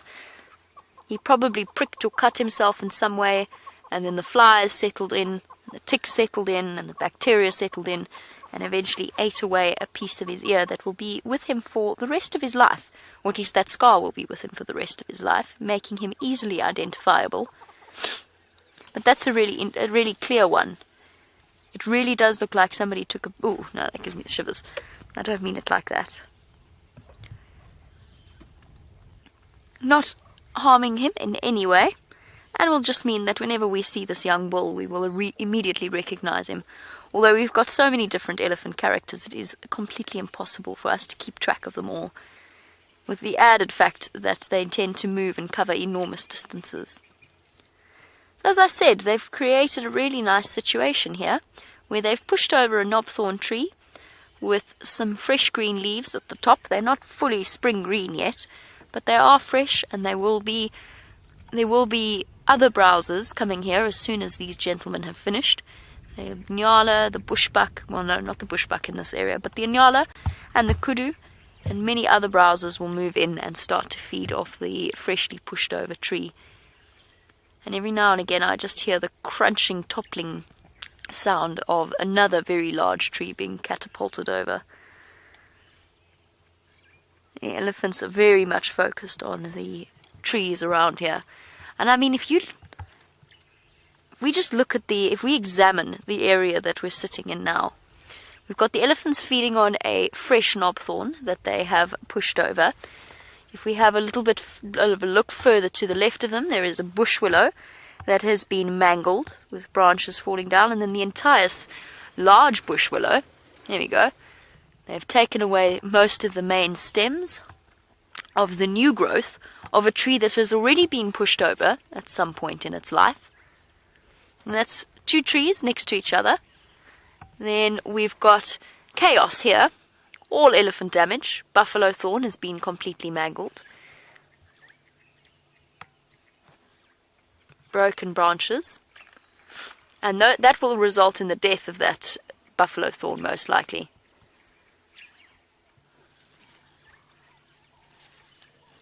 Okay, then that bush willow's escaped relatively unscathed for now. The other one has been completely mangled.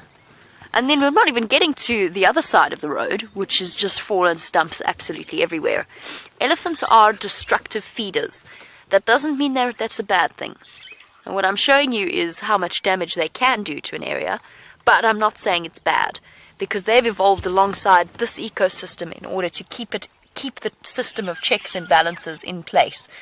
By destroying some of the trees and breaking them down and keeping them from, basically what they do is they keep them from overwhelming the grass layer. Now, kindness, you want to know how big an elephant has to be before it can push down a tree. It depends on the type of tree. It depends on the size of the tree. So I've seen little baby elephants push over saplings, but that I don't think is what you're asking. You're wanting to know for a big solid grown, let's take an average sized tree, let's go with not the huge one, because that's a different matter. I mean, that's a huge dead knobthorn. And they've killed this tree, but not through pushing it over. They've killed this tree by debarking it. So they've taken away the entire, essentially the plant's circulation system in removing its bark. So that tree is now dead, but that's not what kindness is asking. Kindness, the answer is for an average sized tree, and I mean, I'm really going into very unscientific terms here, because what's an average sized tree? Oh, starlings are making a terrible noise. I'm trying to think of how to explain this in a good way. An average sized tree, you're probably looking at a 12-year-old elephant. That they start to gain their full strength. And of course, they continue to grow throughout their lives.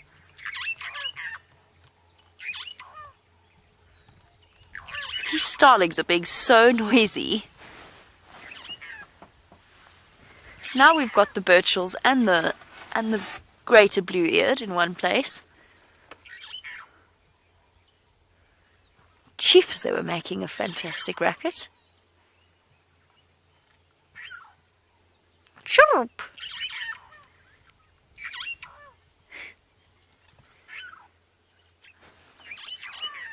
Having a serious conversation here.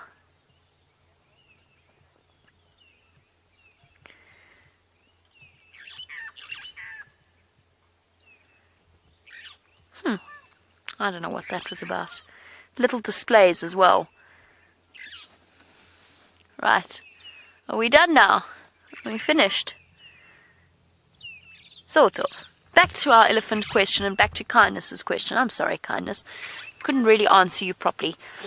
An elephant continues to grow throughout its life, and the bigger it gets, the bigger the tree it can push down, until you get the massive bull elephants that are close to 6, 7, maybe even 8 tons in weight, although that's a particularly large bull that I would be referencing. And they can push down fully grown marula trees, knobthorn trees. If you ever see it, and you will, kindness, if you keep watching, you will see them push over trees. You'll get an idea of just how phenomenally powerful they are. Which makes the delicate stuff that they do, the sort of gentle touches of elephant to elephant with their trunks, or the stroking of a baby's head, or even just the delicate plucking of a leaf or a tuber out of the ground. It makes the delicate work that they do even more awe-inspiring.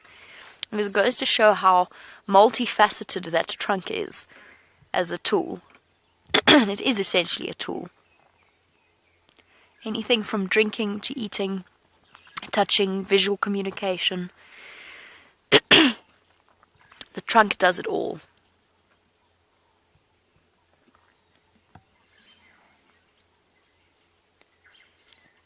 Can you hear him crunching away?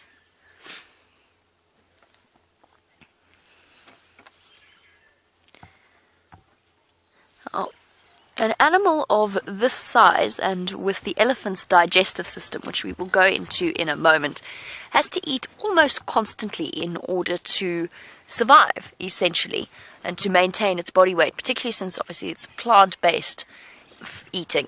And Stephen in the United Kingdom, welcome to the Sunrise Safari. I think, Stephen, this is the first time I've heard your name. I think you might be a relatively new viewer, so wonderful to have you on board. Stephen wants to know how much an elephant has to eat before it is done for the day.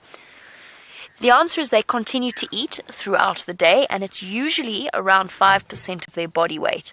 For a big male, that can mean about 300 odd kilograms of food, which is what, 650 odd pounds, somewhere around there, in terms of food. And interestingly enough, because of the way that an elephant's digestive system works, it's very inefficient. So they will defecate out about between a third to a half of that food that they've ingested during the day. Their digestive system works very quickly, and it processes the food very quickly, but not very efficiently.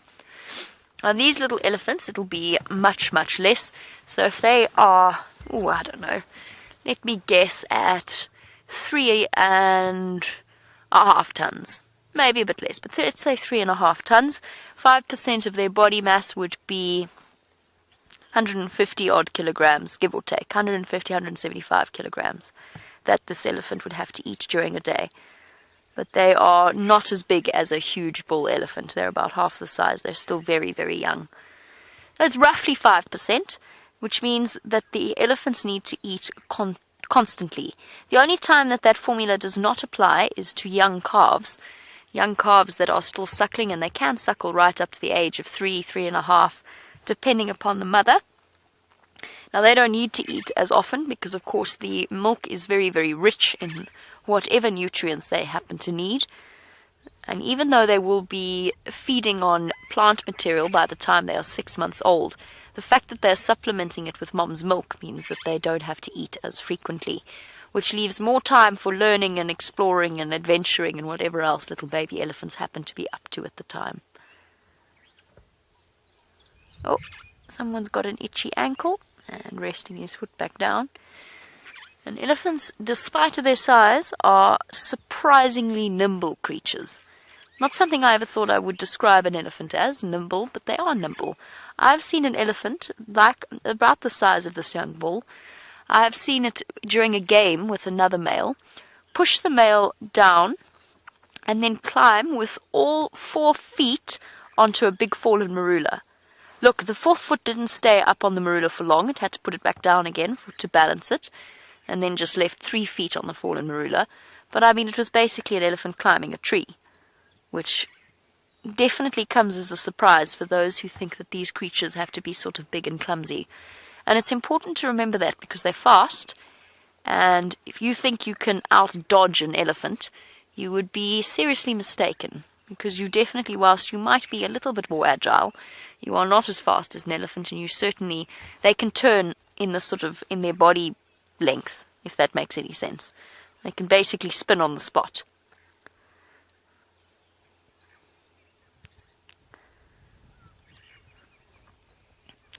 And then, of course, you had the elephant with Brent this morning, giving you a demonstration of how they practice their agility. A little bit of yoga first thing in the morning is good for the elephant muscles. Big stretching up. Funnily enough, we just had this, Brent and myself and friends of ours just had this conversation where he was showing us pictures of an elephant doing something very similar. You know that the elephants are desperate for food when they are trying to reach up to the tippy-tip tops of the trees, that they are actually too big for them to push over. Hey, big boy. That knobthorn is obviously well and truly done for, because these elephants have been focused the entire time that we've been here on feeding on it.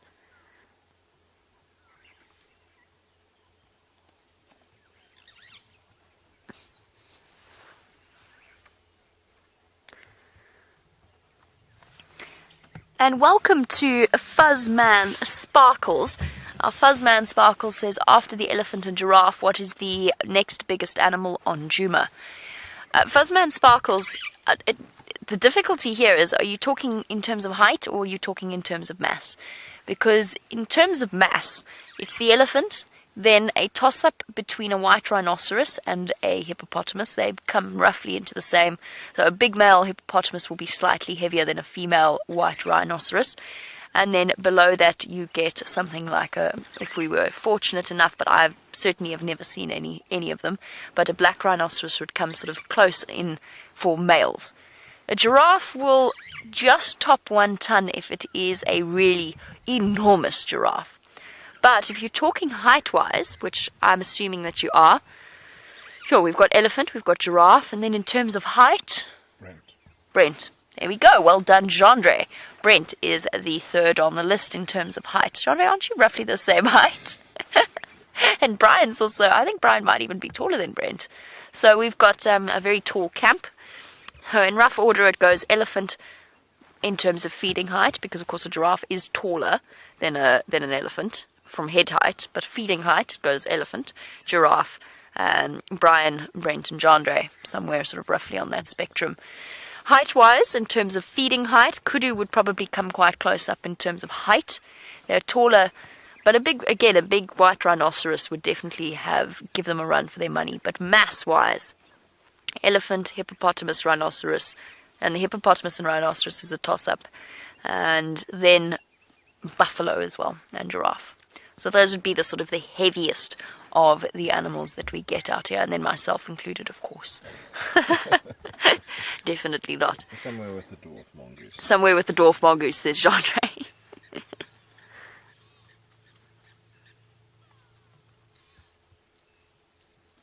Oh. Minor sparring session there. Kind of half-hearted though.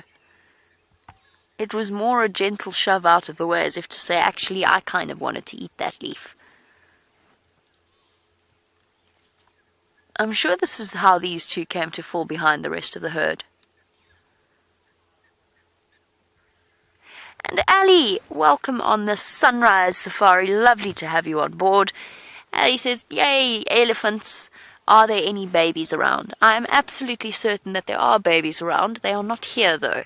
So these two boys, I think, have been sort of behind or moving behind a herd. What's it called? Following behind a herd. And I'm sure that the breeding herd is off somewhere over there. And actually, to be honest, Ali, I was just about to say, I think that we should leave these two boys, unless they change their behavior dramatically in the next few seconds. I think we should leave these boys and go and search for the rest of the elephants that I can hear. Because I'm sure that it is a breeding herd that they've been following, and therefore will have little ones around. Because I think Ali, like myself, loves to spend time with little baby elephants. They are just thoroughly, by far, the most entertaining creatures. And of course, the whole time I'm listening to the Game Drive channel to see when we can get back into that lion sighting once everybody's gone through and enjoyed their time and showed their guests that amazing experience. What do you think, misters?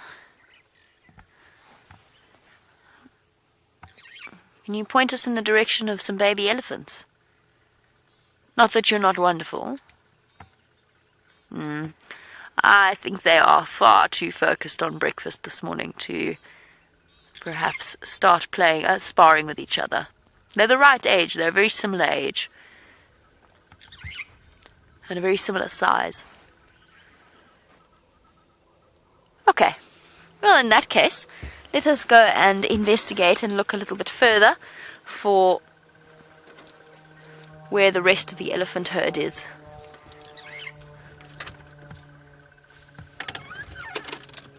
There's some cracking of branches over here towards Vulture's Nest. Perhaps we'll have some luck there.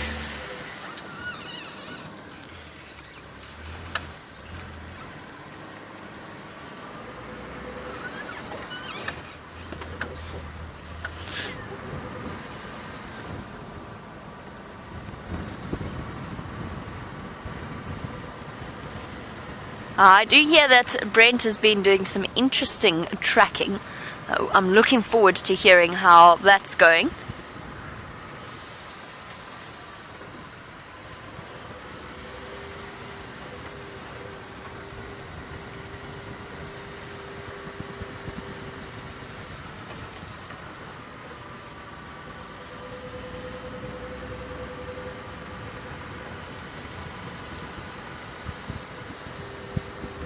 Just listening to the Game Drive channel at the same time. Right, where are these elephants? Oh, there. Just to give you a long distance view, because I think that might be all that we get, unfortunately. Big grey shapes off in the distance. Can you see them at all, Jandre, from there? Far away. There we go. Two little ones sparring off to the left, I think. It's a bit hard to tell at this distance, but that's what it looks like is happening. Oh, yep, that's definitely what's happening. And a female coming to investigate and make sure that they're not getting too rowdy. Oh, we were right about the breeding herd. I was hoping they would be a little bit closer to the road, but we don't know how big this herd is, so let's go and see if there aren't some of them closer to where we can view them. Now, when I first started working here, of course, we could drive off-road for elephants. It is now our policy that because of the drought and because of the impact that we will have on the environment, we don't want to off-road more than necessary. So we won't be off-roading for elephants. Let's go and see if they are around on Central Road as well. Perhaps it's a nice big herd with lots and lots of individuals. There might be some a little bit closer that we can see. Otherwise, such is life.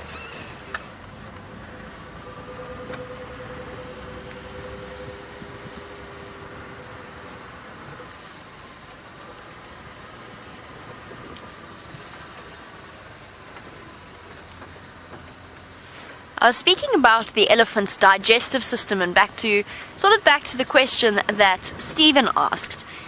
The reason that the elephant's digestive system is so ineffective is because it is what's known as a hindgut fermenter, which then answers Curtis's question, and thank you very much for sending that through, Curtis. Curtis wants to know if there are any bacteria in the elephant's intestines. Yes, that's how they digest the plant material. So unlike the ruminants, that most of the digestion happens in one of the four chambers of the stomach, whether it's the rumen or the reticulum or whatever else, omosum, whatever it happens to be, the sort of repeated chewing and the bacteria are mainly in the stomach itself, whereas with elephants and zebra and hippopotamus to an extent, although hippos, you have to be remember, are foregut fermenters rather than hindgut fermenters, they have plenty of bacteria that will break down the cellulose and the plant material for the elephant. So it is it's a mutually beneficial relationship. How unfortunate. I don't think I see any elephants here. There's absolutely no view of them from this road. We might have to go back to our boys. Yeah, nope, there's nothing here. Don't see any elephants. Let's just continue a little bit further up the road in case they've come out here. Now, Curtis, one of the things that these bacteria do in the hindgut of zebra and elephants is they... Oh, elephant! Here we go. Don't have to worry too much. It does produce a huge amount of gas, which is why elephants and zebra are quite bloated. Hippopotamus, it's less so because it's a foregut event. Oh, I'm still far away. What you giving me nonsense about? And now? And now what have you got to say? Don't cause trouble because your mom's going to come and want to see what's going on and how I've upset you. And I know you're full of nonsense because you're a little boy. Little teenage elephant.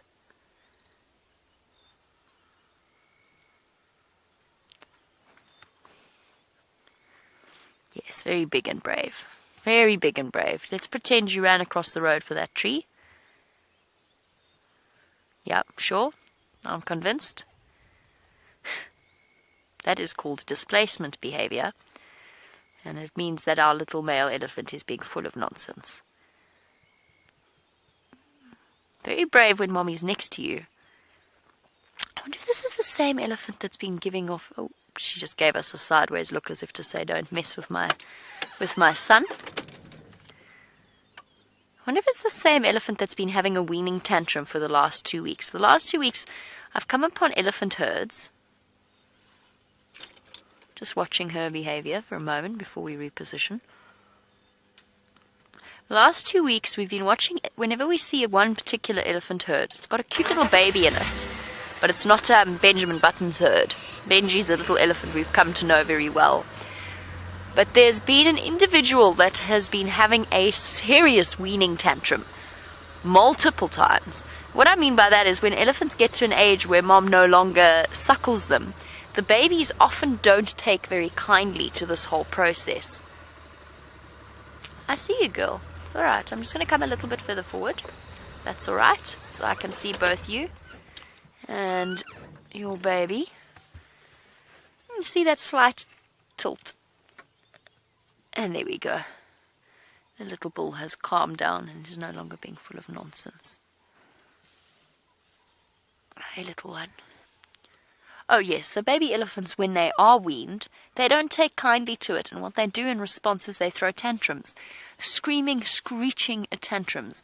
And most of the time, the squeals that you hear from elephants is actually the tantrums that they're having because their moms won't let them suckle. And they sound as though they've been grievously injured or something when they do have these tantrums. There's much squealing and shouting.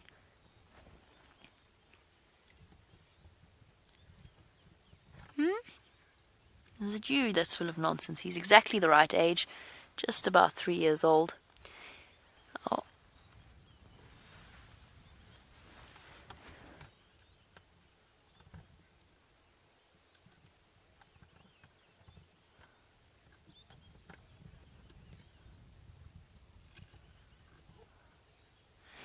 Okay, we need to just fix something on the camera ever so quickly, and it does sound as though Brent is back from his tracking expedition. And we're going to send you across so he can tell you all about it and then catch up with you soon.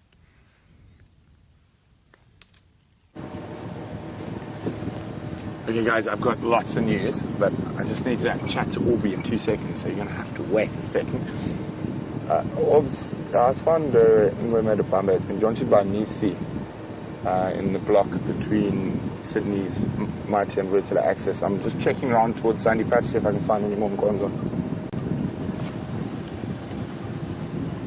Okay, so what happened is there, hyenas looks like they've stolen that kill.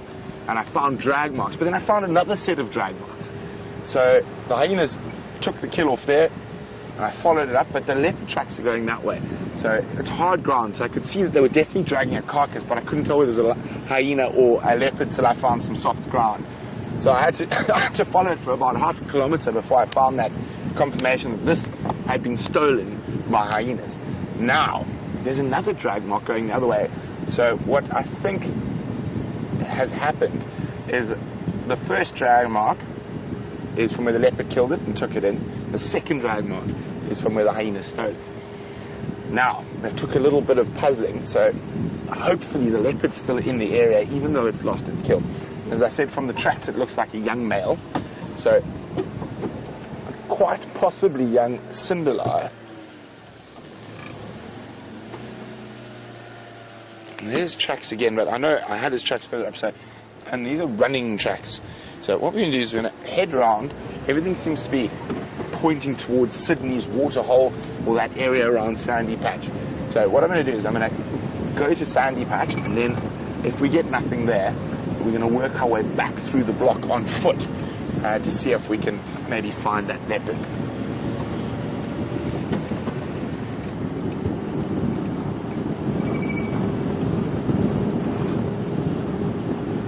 So unfortunately, and the tawny eagles are still around. Now it could just be a cold morning, but they're generally a very good omen when it comes to finding something.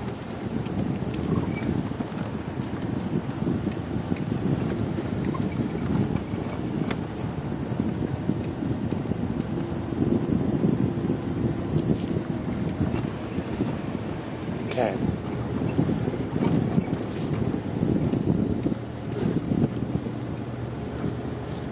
So we're going to check round now. Here's the tawny eagle again. And here we go. It is a hyena track. I got very excited there because unfortunately not. Let's keep checking. Now just an update. I don't know if Jamie's told you about what's happening on the dead elephant. On the dead elephant, there are apparently 10 hyenas and lots of vultures. So it seems very unlucky that this leopard happened to lose its kill to a hyena.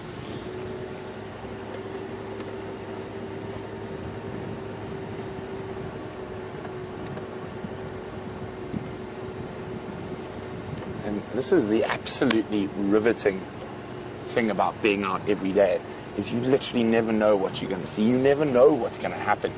And as the great Hayden Turner says, you never know what's around the next corner.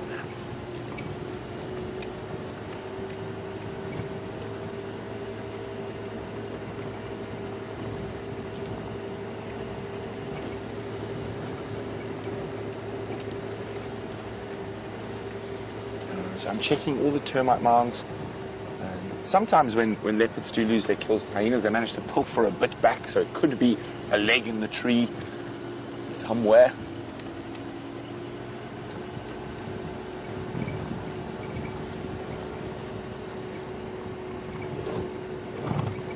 It's always quite a little bit disheartening when you find like a drag mark, you're like, yes, leopard on a kill. And then you see that hyena paw print on top of it. And you're like, oh, leopard had a kill. It's now the hyenas.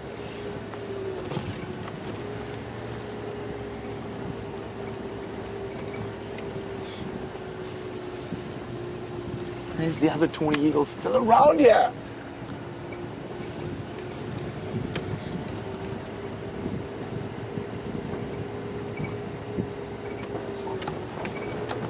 Okay, it's a good spot to check for tracks here. There's multiple big game paths that come out.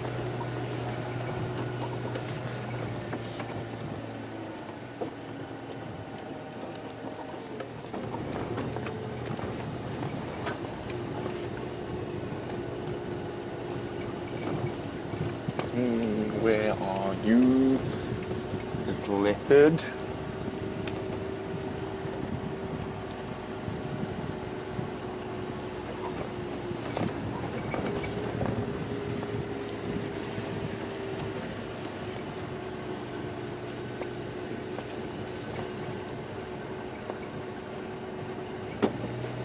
Nope. Tree.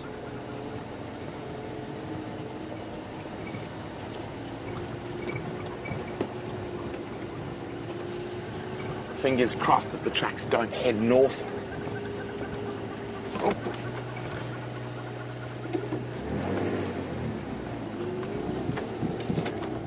Oh, Murphy's Law.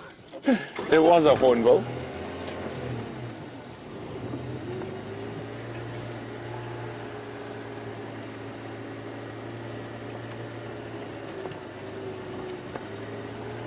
Okay, so no tracks so far, that's good.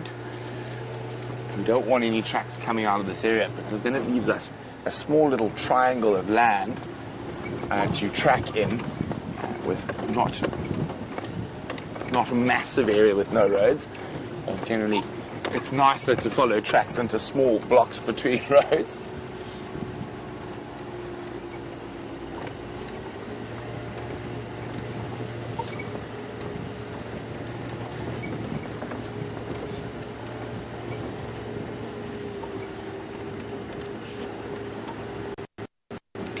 Now, have a quick look on the open area around Sydney's. Maybe the leopard decided to go for a drink, but I doubt it would have come here. There's lots of puddles around still.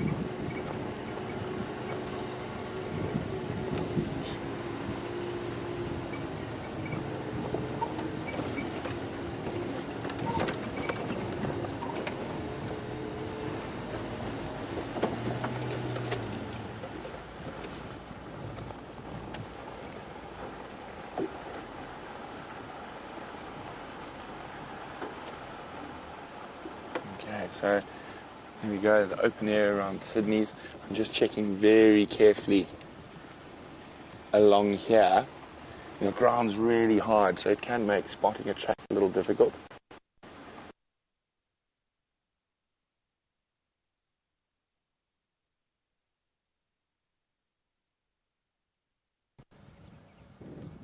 Just a stick. Just checking along the dam wall. Sometimes cats like to lie on that dam wall.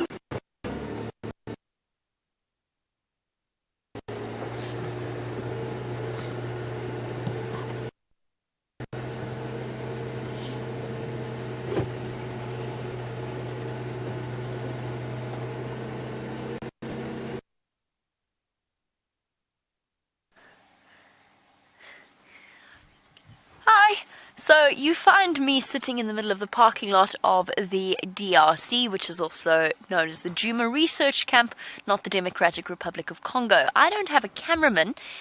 I can see him running every now and again. He was running backwards and forwards there, and you just missed out on seeing Mama Z walk past. Mama Z? She's gone. Mamazie looks after us very, very well. And so, I find myself having to entertain you while Brent attempts to find signal, and we attempt to repair the problem with the camera. So, look at this. This is what happened. Oh, I can't lift the camera up. Hold on. I'm not the best cameraman. This is what happened. Oh, you got to do this. I see. See, this is the very large rubber tree that is very popular. Look, here comes Jandre. He's running. See what a fantastic job I'm doing with the camera. I was showing them the tree damage and the problem with the. This is how I've approached the. We're live, I take it. We are live, yes. I'm sure this has made Rebecca's morning. This is the best segment ever. So this tree, no, really, now I'm into it. Now I want to finish it. This tree very, very nearly landed up on everybody's vehicles. Fortunately, it was stopped by a conveniently placed bathroom roof. And apparently Jerry sat looking out of her window in desperate fear that it was about to land on her car, which it didn't, but only just. And that is the end of the poor rubber tree, although we sort of are reluctantly clinging to the hope that perhaps it will just survive its destruction by the elephant. When I drove in here after that happened, a metal gate was flat on the road that I had to open it upwards to lift it to open it out so I could drive through. So the elephant not to be deterred by the presence of a gate. And that, are we done, Jandre? I need to do some stuff in the menus, but I will do that. We can, okay. Jandre needs to do some stuff in the menus, but we are sort of, we can at least take you out of the DRC because Brent's got no signal and my car won't go into, there it is. There we go. So, performing both roles, I should basically just be a cameraman. Right, should I go back now? You don't need me anymore. You want to go back? You don't need me anymore. I do need you, Chandra. Please don't leave me. I don't know how to work anything else. I can turn it around. I mean, that's pretty complicated stuff on its own, especially when you're sitting on the seat that Brent broke. And Rebecca said I was very good at turning the camera around. Thanks, Bex. I can point it in the right direction. This is the front, that's the back, and if you turn it, it shows you different things. That's my grasp of the way cameras work. It's a pleasure, Jandre. If you need any advice, just let me know. I'm now an expert. Also, sometimes you can zoom in and out, but I can't do that without it going out of focus, so, you know. Moving on.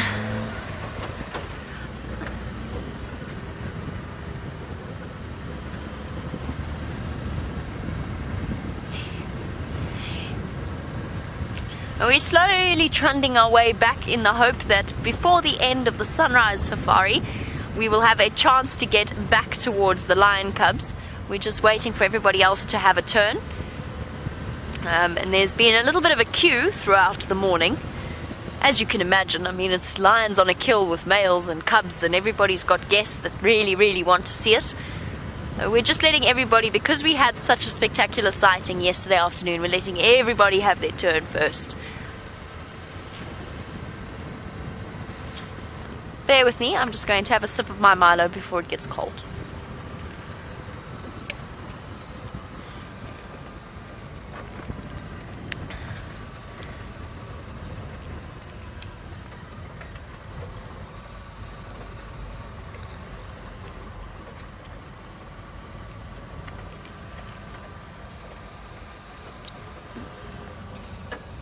Okay, so you can, we're just trying to decide how we're going to go approach doing the menu changes. The camera, it has been decided that you will stay with us until Brent gets his signal back. I don't know where he's disappeared to, but I was driving Wendy yesterday, so I know that there are a couple of problem areas.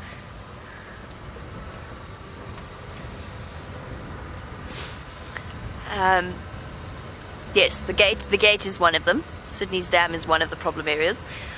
That was the worst thing about yesterday, when we had that lion hunt and we were going black screen, and I kept picking up my game drive comms and not pressing the microphone properly down to talk. Then I forgot that I did this. Actually, it's the most embarrassing thing in the world. we were talking about planning our something. I won't go into great detail, but we were talking about planning something. And I'd had to leave the sighting to get round to take Brent's place. And the directors were wondering if we could do something. And I picked up the radio to answer them. And I said, no, we can't, whatever, we can't, because we can't do this for this reason. But I did it all down the Game Drive channel. I'd picked up the wrong radio mic. And I said it to absolutely everyone listening to their Game Drive channels. I mean, you know, cringe. Oh, so embarrassing.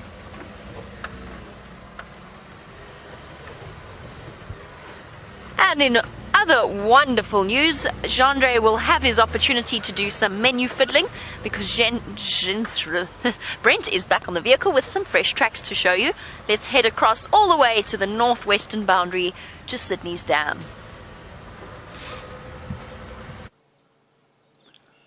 So this is getting confusing, to say the least. So I just came up towards the gate to do a quick check. Now I think I've got tracks of 3 different individual leopard at the moment. I'm just trying to figure out what's going on. So I've got a male, big male, going towards Sibambili, actually there. And then over here, tracks of a female coming onto Nkuhuma. And then, of course, tracks of a young male just down there. I just want to make sure that this big male hasn't left our traverse area. And almost, just judging from the tracks, I'm trying to see if they're female tracks with the male tracks. And they could have been mating. But I don't think so. Oh, no, but then you see a female track right there. It almost looks like they're mated here. And it is quite a difficult little conundrum to solve at the moment. So let's have a quick look in front of the vehicle, see if the female tracks carry on, or they just met up with the male right here.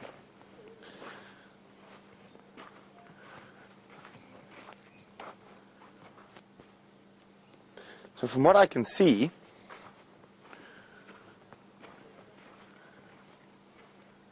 the female tracks don't carry on. So I want to make triple sure before we leave. Maybe she went down here. Nope. Okay.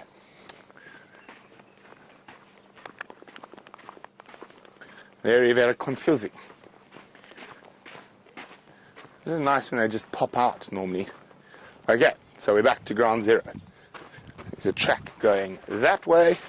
There's a track going that way. So we've got tracks in all directions. Okay, let's go look again over here. So the only clear track I can see is of the female coming out. Sorry, I'll go around the front of the vehicle to make it a little bit easier for Dave. I probably parked in the worst position for Dave, but I got excited while tracking.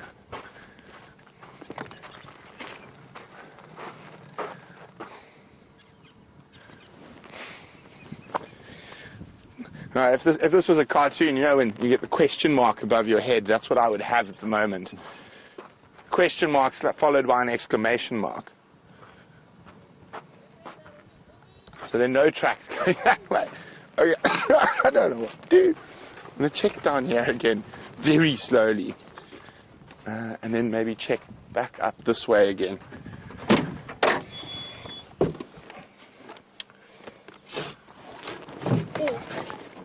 It's the Sunday morning brain teaser.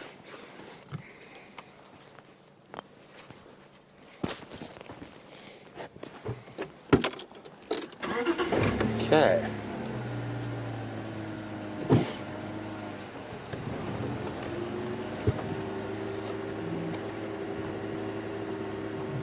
So this is really, really complicated. But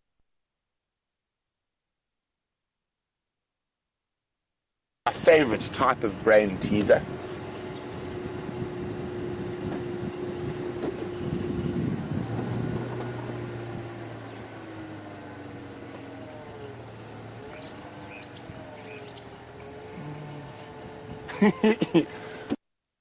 Often I'm at a loss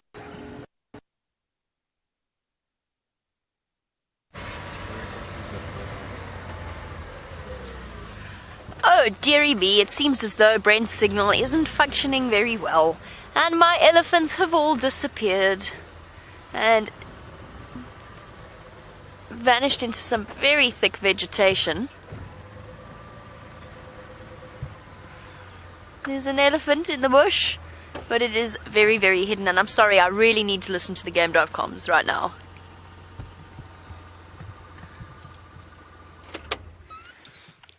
I'm trying to listen to hear whether or not we can get you back into these lines before the end of the sunrise safari. There's a fantastic view of an elephant.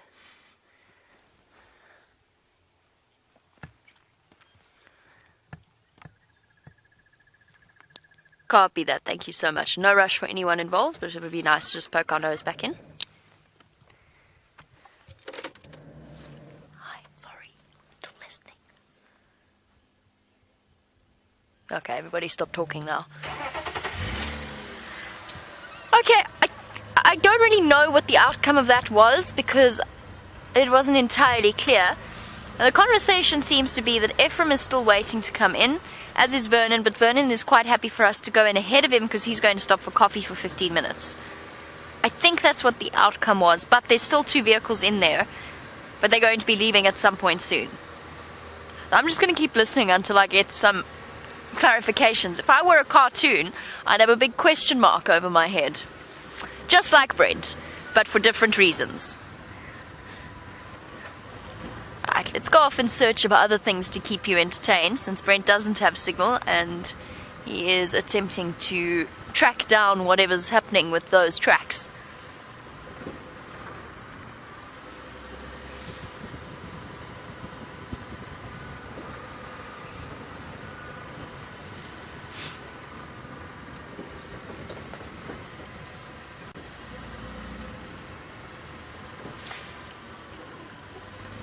And X-Ranger has been very rude about Chandre's running style. Sorry, Chandre. Chandre is weeping quietly in the back at the comments made about his running. I thought it was very funny running, Chandre.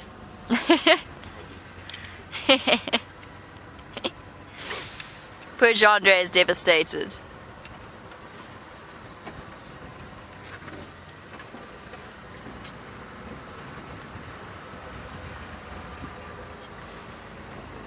Oh, that's the button that turns it down. There we go, that's much better.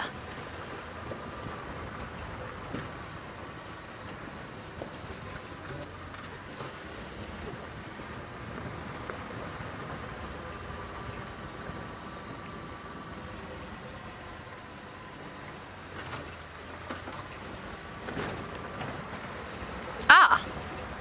I was just wondering why there were off-road tracks here.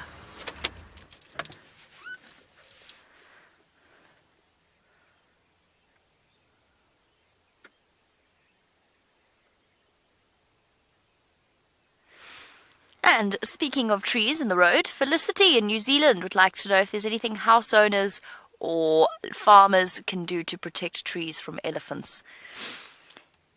So there's a couple of questions in there. Farmers is a very interesting one because farmers involves not just trees but crops as well.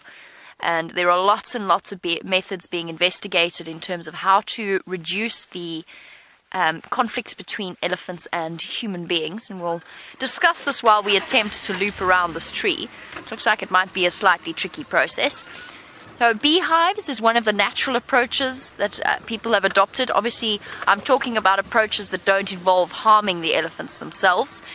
There's also a technique being utilized that involves planting chili plants around the edges of farmlands. That's been used for centuries.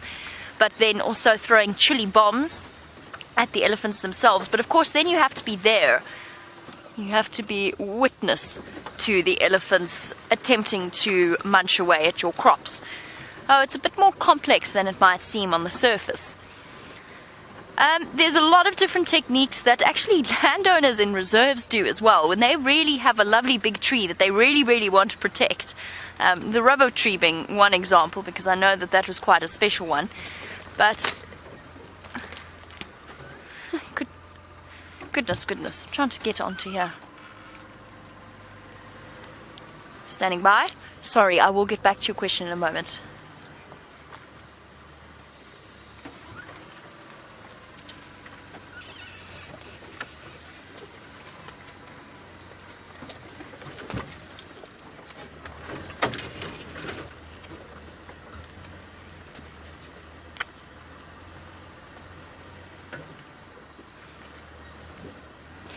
Okay, we still can't quite go in just yet. Okay, so answer to your question, one thing I've seen landowners do, or house owners, is pack big sharp rocks around the big trees that they want to protect with a huge sort of radius to stop the elephants from walking on them. That doesn't work. Something we've been experimenting with recently has been spraying the big trees with tannins. Because what happens when a tree gets fed on regularly by an elephant is that it starts to release tannins that make it very bitter and unpleasant to taste. And the end result of that is that the elephant moves on and feeds somewhere else. So the idea is that by spraying it with tannins, it will help to reduce the impact that elephants have on the various trees. And from there's also an attempt to put creosote in tins, and there's lots and lots of different approaches to trying to keep the elephants away from the larger tree species, or the ornamental trees is a big one. Trees that are placed there for their look. Most of them don't work, except for something like a chili plant or something similar.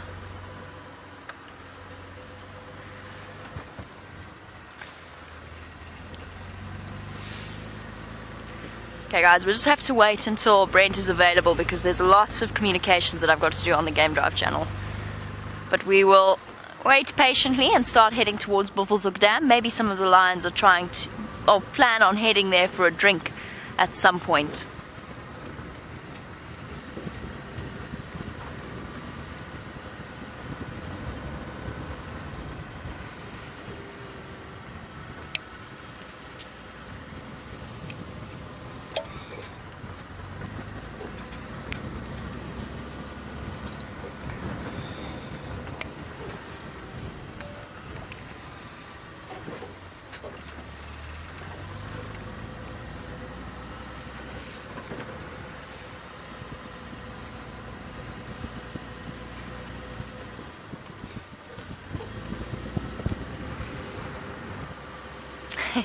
And a question from Dispatch wondering how we all stay so chipper first thing in the morning with very little sleep at night. Winter's actually absolutely fine, Dispatch.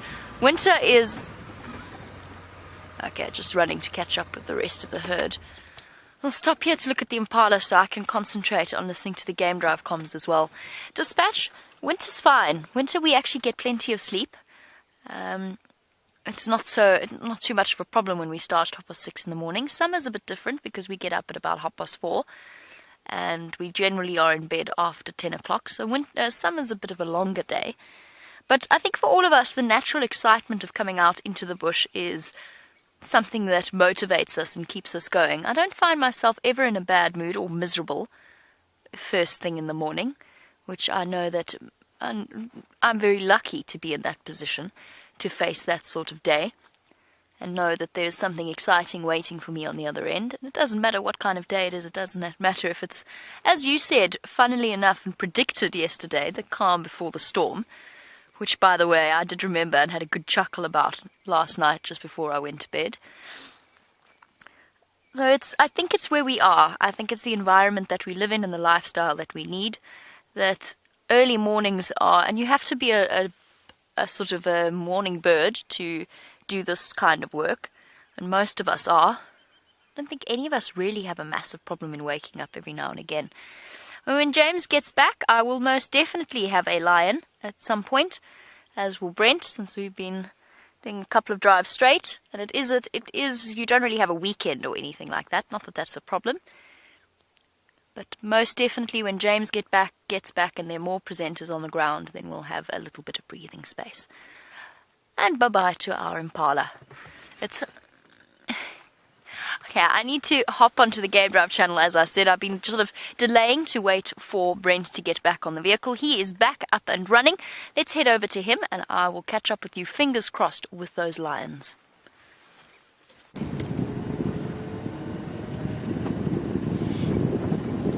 So, finally figured out, I'm quite happy that I figured out the Sunday morning mystery, crossword, brain teaser, / frustrator. And definitely a mating pair of leopards there. So separate from the tracks we were following earlier. And they've crossed into Sibambili, unfortunately. But it looks like they were honeymooning at the Gowrie Gate last night. So it took a while. There's the tracks going in all directions. So we're going to take another swing down to where we had the other tracks. Just going to update the Game Drive channel.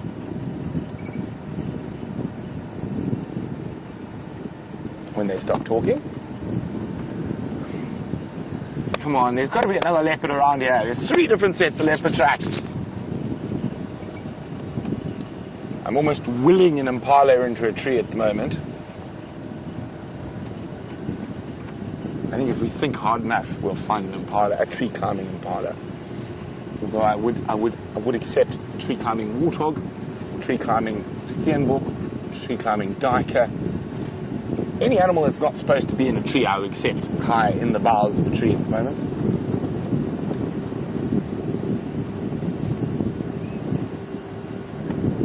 Milkberry, thick, difficult to see, and maybe there's a milkberry there. I'm going to check it out with my binoculars.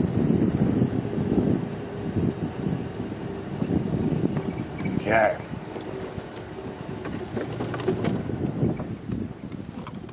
This is very wishful thinking, but as I said, maybe we'll wish. You see that dark green thicket of a tree. Now, if a leopard does put a kill in there, it is sometimes very difficult to spot. And with the marulas not having many leaves on them at the moment, any evergreen is a good spot for a leopard to pop a kill, and keeps it in the shade and keeps it hidden from vultures. Alas, the milkberry is not holding a leopard. Okay, well, I think I'm going to go to Aubrey's Road. And maybe we'll get some luck there. And remember, questions at wildearth.tv or hashtag Safari Live. If you want to ask us a question about what's going on in the African bush, the comings and goings of our lions and leopards, the history of all the big cats in the area.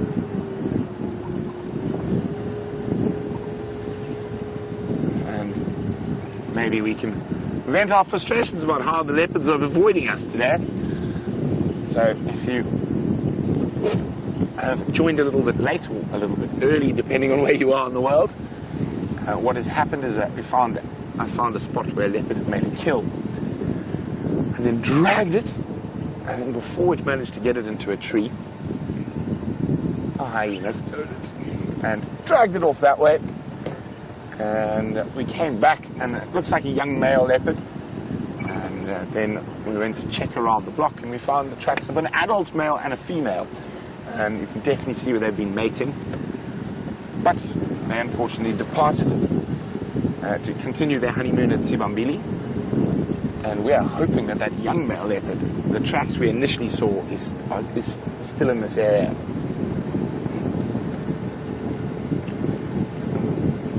Well, a fine morning to you, Matt. Matt, I'd like to know, is it common for hyenas to take over a leopard kill? Very common. And one of the reasons leopard put their kills in trees when possible is to avoid losing their kill to a hyena. Okay, so I had another set of young male leopard tracks around here.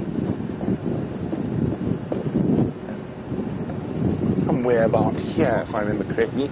There's so many tracks, it was difficult to work out which was the most fresh. So, you know, these I know are not fresh, they're probably from yesterday.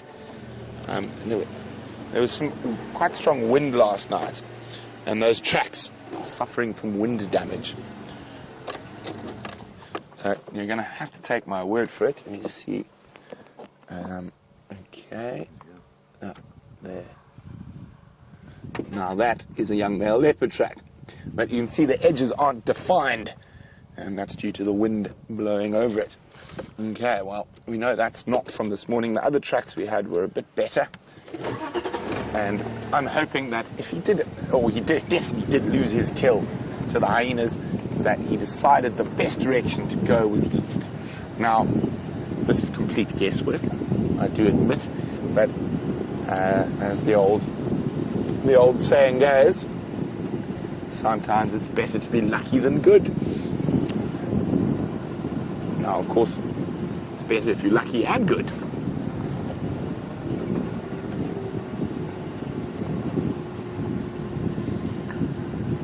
Hi, Trina.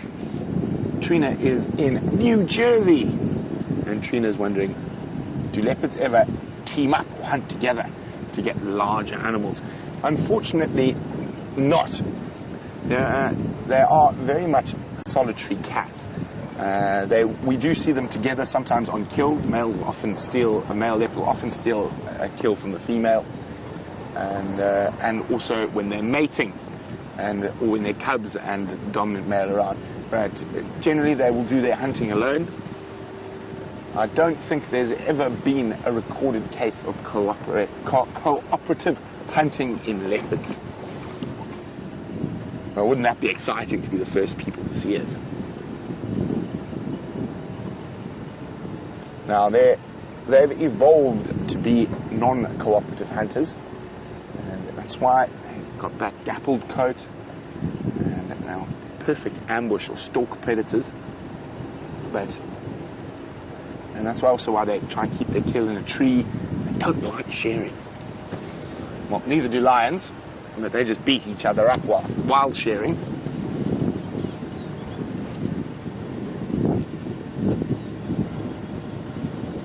I heard, might have been mistaken, I thought I heard a dwarf mongoose, but can't see any.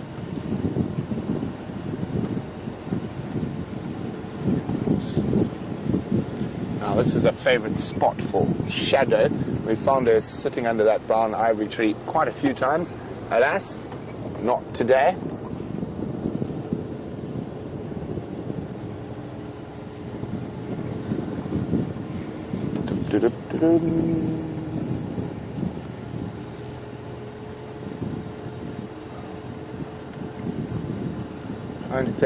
I think yes. I think Aubrey's Road is a good gamble. Also give us a chance to have a look at the hyena dens, see if they've possibly moved those dens from the Manyeleti back onto Djuma. These are the closest set of dens to the Manyeleti boundary, so it's quite likely if they are going to move the dens, it'll be to these dens first, so we're going to go have a squiz there. I'm probably not going to find too many adults around that den with a dead elephant less than 2 kilometers away.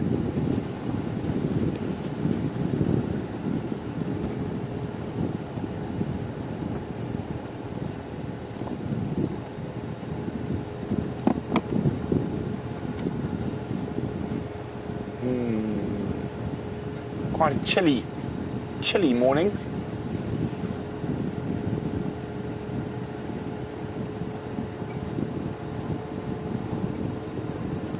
Oh, isn't that beautiful? I'm going to get a gap to show you.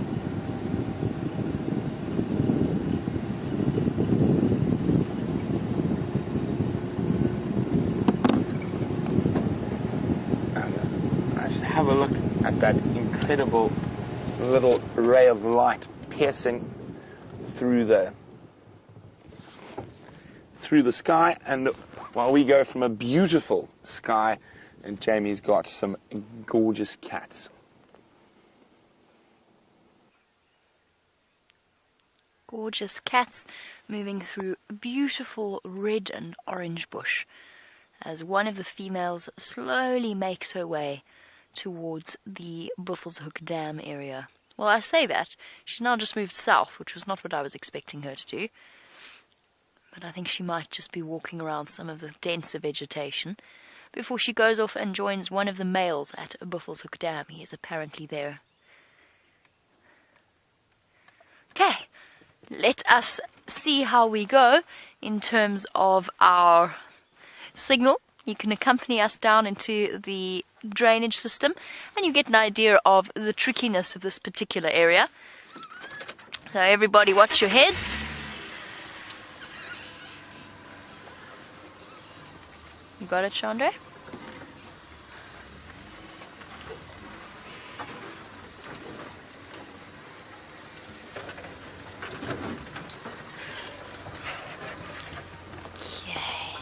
let us get a lay of the land here and decide where is going to be best. The reason I'm not rushing off to follow that lioness towards Buffelshoek Dam is because the vehicles are with them at the moment. So there's a lineup for that as well.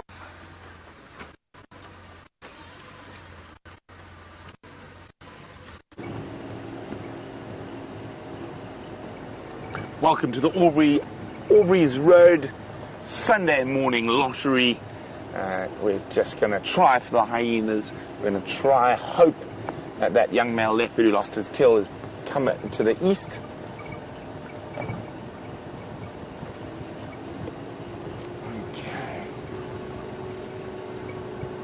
Dum-dum-dum-dum.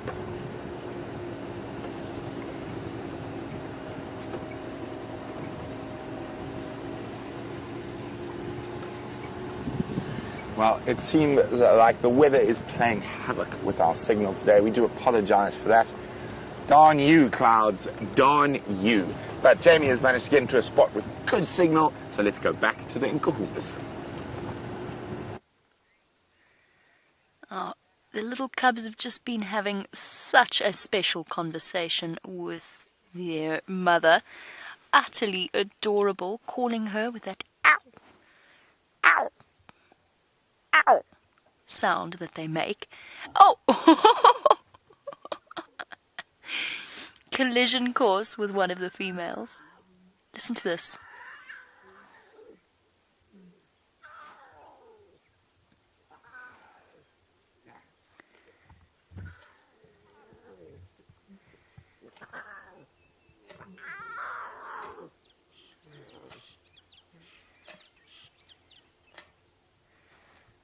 How awesome are those sounds that they make? They're just so incredibly special.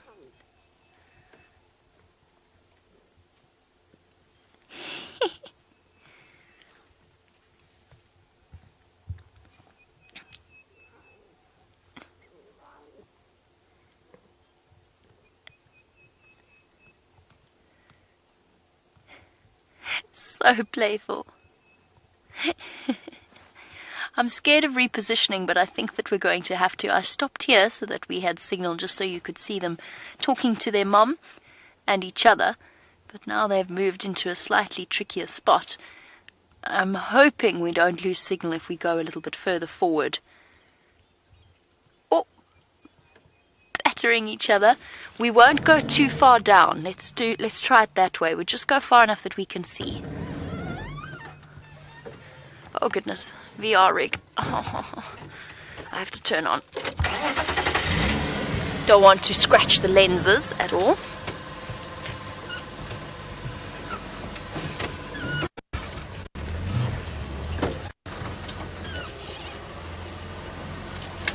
Whew, just missed.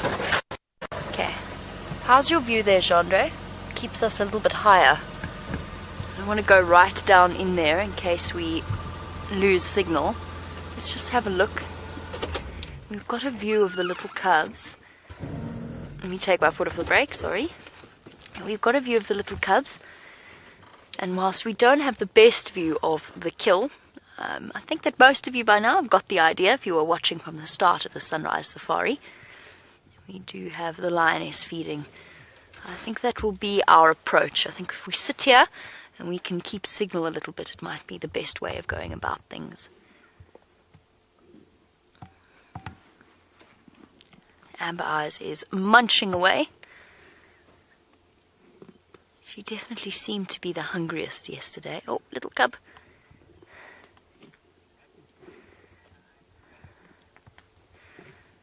Now, speaking about Amber Eyes and the fact that she very often initiates the hunts that the Nkuhumas go on, Brenda, you wanted to know what position Amber Eyes adopted in the kill yesterday. Honestly, Brenda, it was so chaotic, I'm not 100% sure. I think that she might have been the one that was clinging to the top of the buffalo, but I really honestly don't know. I'm not 100% sure. I'd have to look back on the footage to try and see which lioness was, where exactly Amber Eyes was in all of that chaos. There was just so much to look at and to watch and to concentrate on in terms of where we were driving that I really don't know. Chandra, I don't think he would have noticed either. Chandra was busy concentrating on filming. This little cub has found a stump, which might be the best toy ever invented. I love them, they're so cute. The way that they make anything a toy, it's just utterly adorable. This one's got a stump. The one on the right, I don't think Chandra has the best view of, but it's got a piece of bark that is now its chew toy. Oh. Ow. Ow. Such cute noises. Fierce little lion roars, sort of.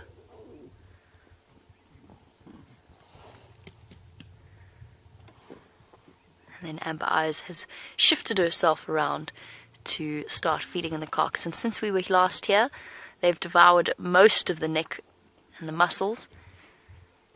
And they've started entering into the chest cavity. Just bear with me 1 second. I just need to chat to Vernon. I do, standing by.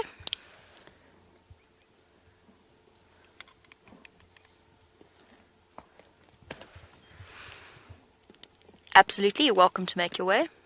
I think Ephraim's pulled out of this sighting just off Nyala Road North, so you're welcome to come.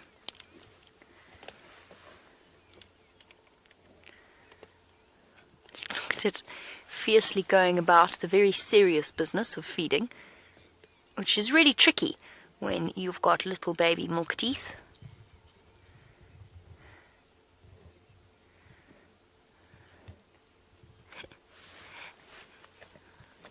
And it looks as though we're actually going to be able to spend the rest of the sunrise safari with these little things, which is so incredibly exciting. I can hear another lioness. Can't see her at the moment. We are going to need to do some shuffling around, which means that I'm going to have to give up this position, and that could mean that we are going to lose our signal. So just bear that in mind. Vernon, I can hear on his way to come and join us. So when he does get here, we're going to have to move, and that might mean that we lose signal. I'm actually thinking of backing out of the sighting and letting him go in first. And what I'm going to do is I'm going to do that quickly first. And for now, while we do that, I'm going to send you over to Brent. So jump back on with him, and then you'll be back on Rusty very, very shortly.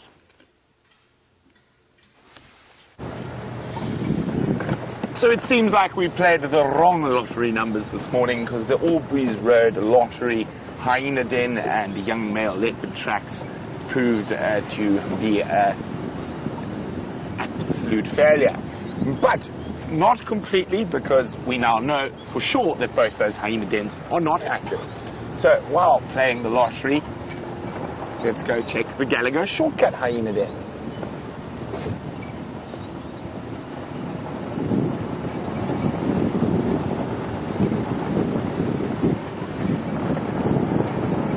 Now hopefully the cloud will break up and we'll have a beautiful evening for the sunset safari. Even if it doesn't, it's always wonderful being out in the bush. And we are some of the very few people, I think, in the world who absolutely adore our jobs. It is an absolute privilege to be able to go out every day, and privilege to be able to share it all with you. I think if you asked me when I started my guiding career that I would be taking thousands of people on safari at one time, I would have probably chuckled and said, "Oh, this is not 2069." But it's incredible that the technology that we have is, and we're able to share it with you wherever you might be in the world. Of course, we have an incredible team that makes that possible. And the tech department, led by Peter Brat, Alex, the Russian binary code reading genius, and of course, Connor, the muscular machine that keeps us on the road every day.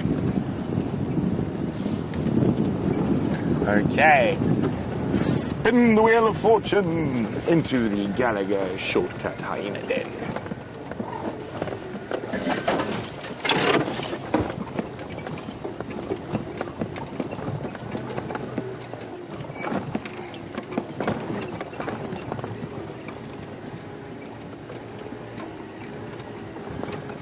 Dun, dun, dun, dun, dun, dun, dun, dun, dun. Unfortunately not. If we have a look, no sign of fresh tracks around any of the burrows. So they're not here yet. Now, hyenas have sometimes 20, 25 different den sites that they use as the fleas get bad, or there might be too many male lions hanging around, but they will move dens quite regularly. We've been quite spoiled with the fact that they stayed in certain dens for as long as they did. An interesting nest up there. Let's have a look. Is it a nest or is it a ball of twigs? Can you see it there, Dave? Yeah, it looks like a nest. Doesn't look like an active nest, though. Very difficult to say what bird species it is. It's quite big. Gonna have to keep an eye on that, especially as we go towards summer. Maybe we'll find another bird for the list on top of a nest.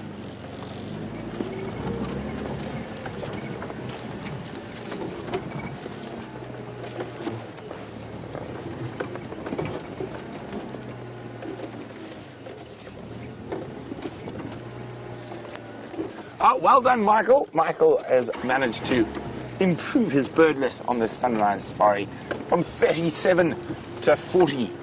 Well, Michael, the next big milestone in your birding list is 50. So hopefully we're going to be able to produce 50 bird species for you.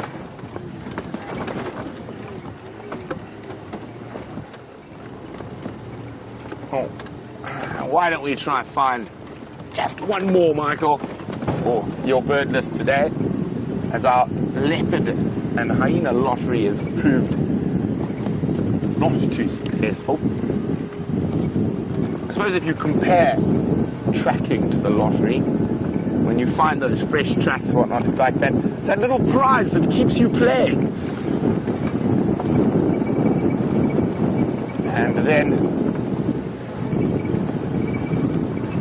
And then you get the lottery winner, which was certainly Jamie and Gendre. They won the grand, what do they call it? Jackpot, grand prize.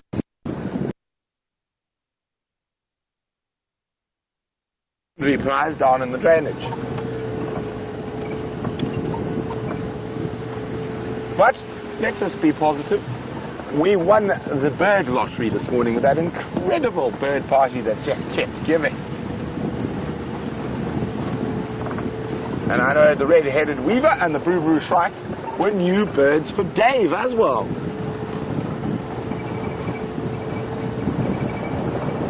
Dave, have you got a bird list? Not a formal one. Not a formal one, okay.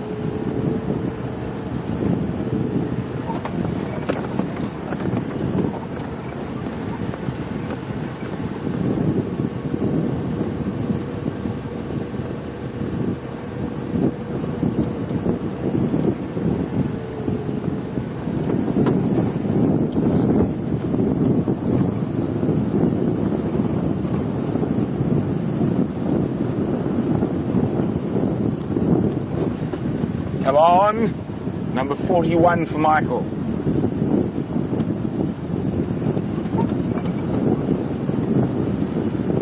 Now, the other thing I'm tempted to do is take it down the camera trap to check.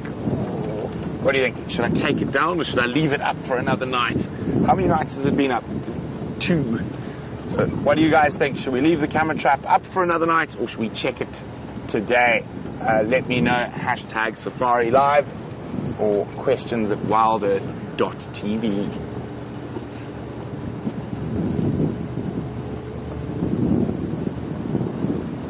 What we can do is go see if there's any animal tracks on the path to the camera trap to see if we want to take it down and check or leave it for a little while.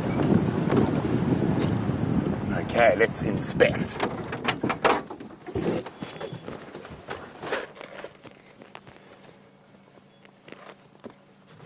Okay, let's inspect the path. Ooh, what tracks do we have? Looks like we definitely might have a civet. Or maybe even a honey badger or a porcupine. Something's been digging here.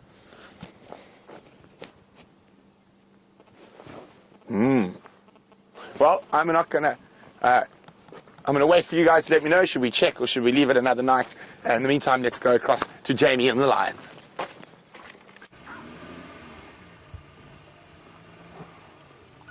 We have amazing news. Not only do we have the little cubs feeding off the carcass, but the other two have come down and are barreling about with their mom. Oh, they've just vanished. That's what I was worried was going to happen, unfortunately. They have just started suckling at the back there. Oh, and they're, you know what? We said that they were a middle set. They're not. They're the same age, if not older than the three that we've been seeing the whole time. We just didn't know that they existed, and they've been so skittish initially that we haven't got a good chance to see them. But to me, they are... There we go, hello. To me, they're actually bigger than the triplets that we thought were the ones that were born first. If not, it is very, very close in terms of age. They're playing peekaboo with us. Look at them! The two cubs that we've hardly ever seen. Oh, come on, Amber Eyes. You can't be cross with two little cubs. Oh, they're so gorgeous. Hi, you two. Come visit the carcass. Come see what's happening here with your cousins. And we finally managed to get ourselves some signal. We found ourselves in the perfect spot. And what absolutely a magical way to finish off our sunrise safari. Little cubs suckling on one side, full lionesses. Amber Eyes feeding away, sharing her personal space with two cubs that have their heads inside the buffalo jaw.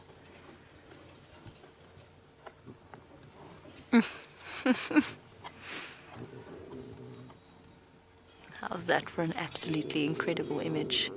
And they're growling at each other.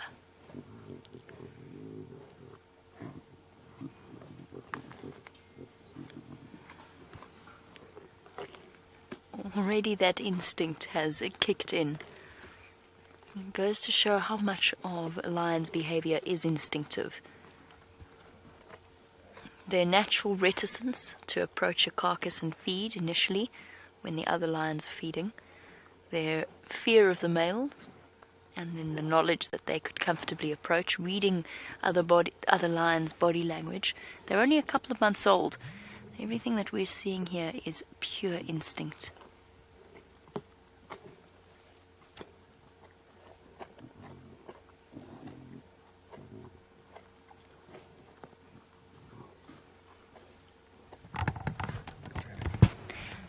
Sorry guys, here comes the male lion making his way down. I didn't see him initially.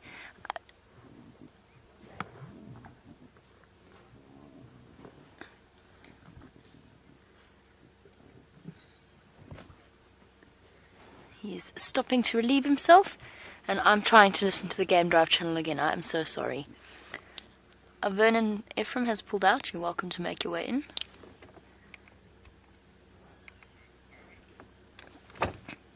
Thank you for your space.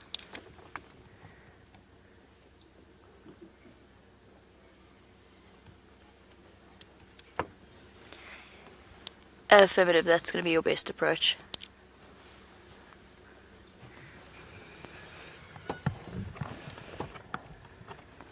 sorry guys, just chatting to Vernon on the Game Drive channel to let him know what his best approach is going to be.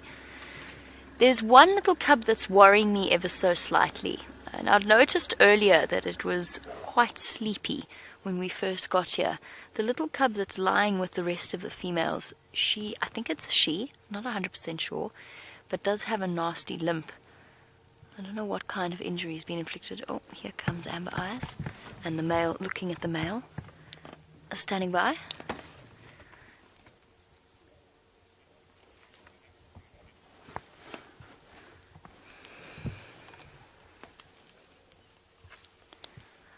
A good point. I might have to squeeze past the other road that's further to the south is now closed, so I might have to come back the way I came in.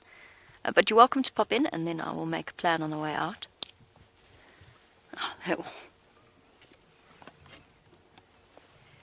copy that, thank you. Sorry guys, it's a really tricky position to be in, and being able to navigate around here is very, very difficult. You can see how alert the lionesses are.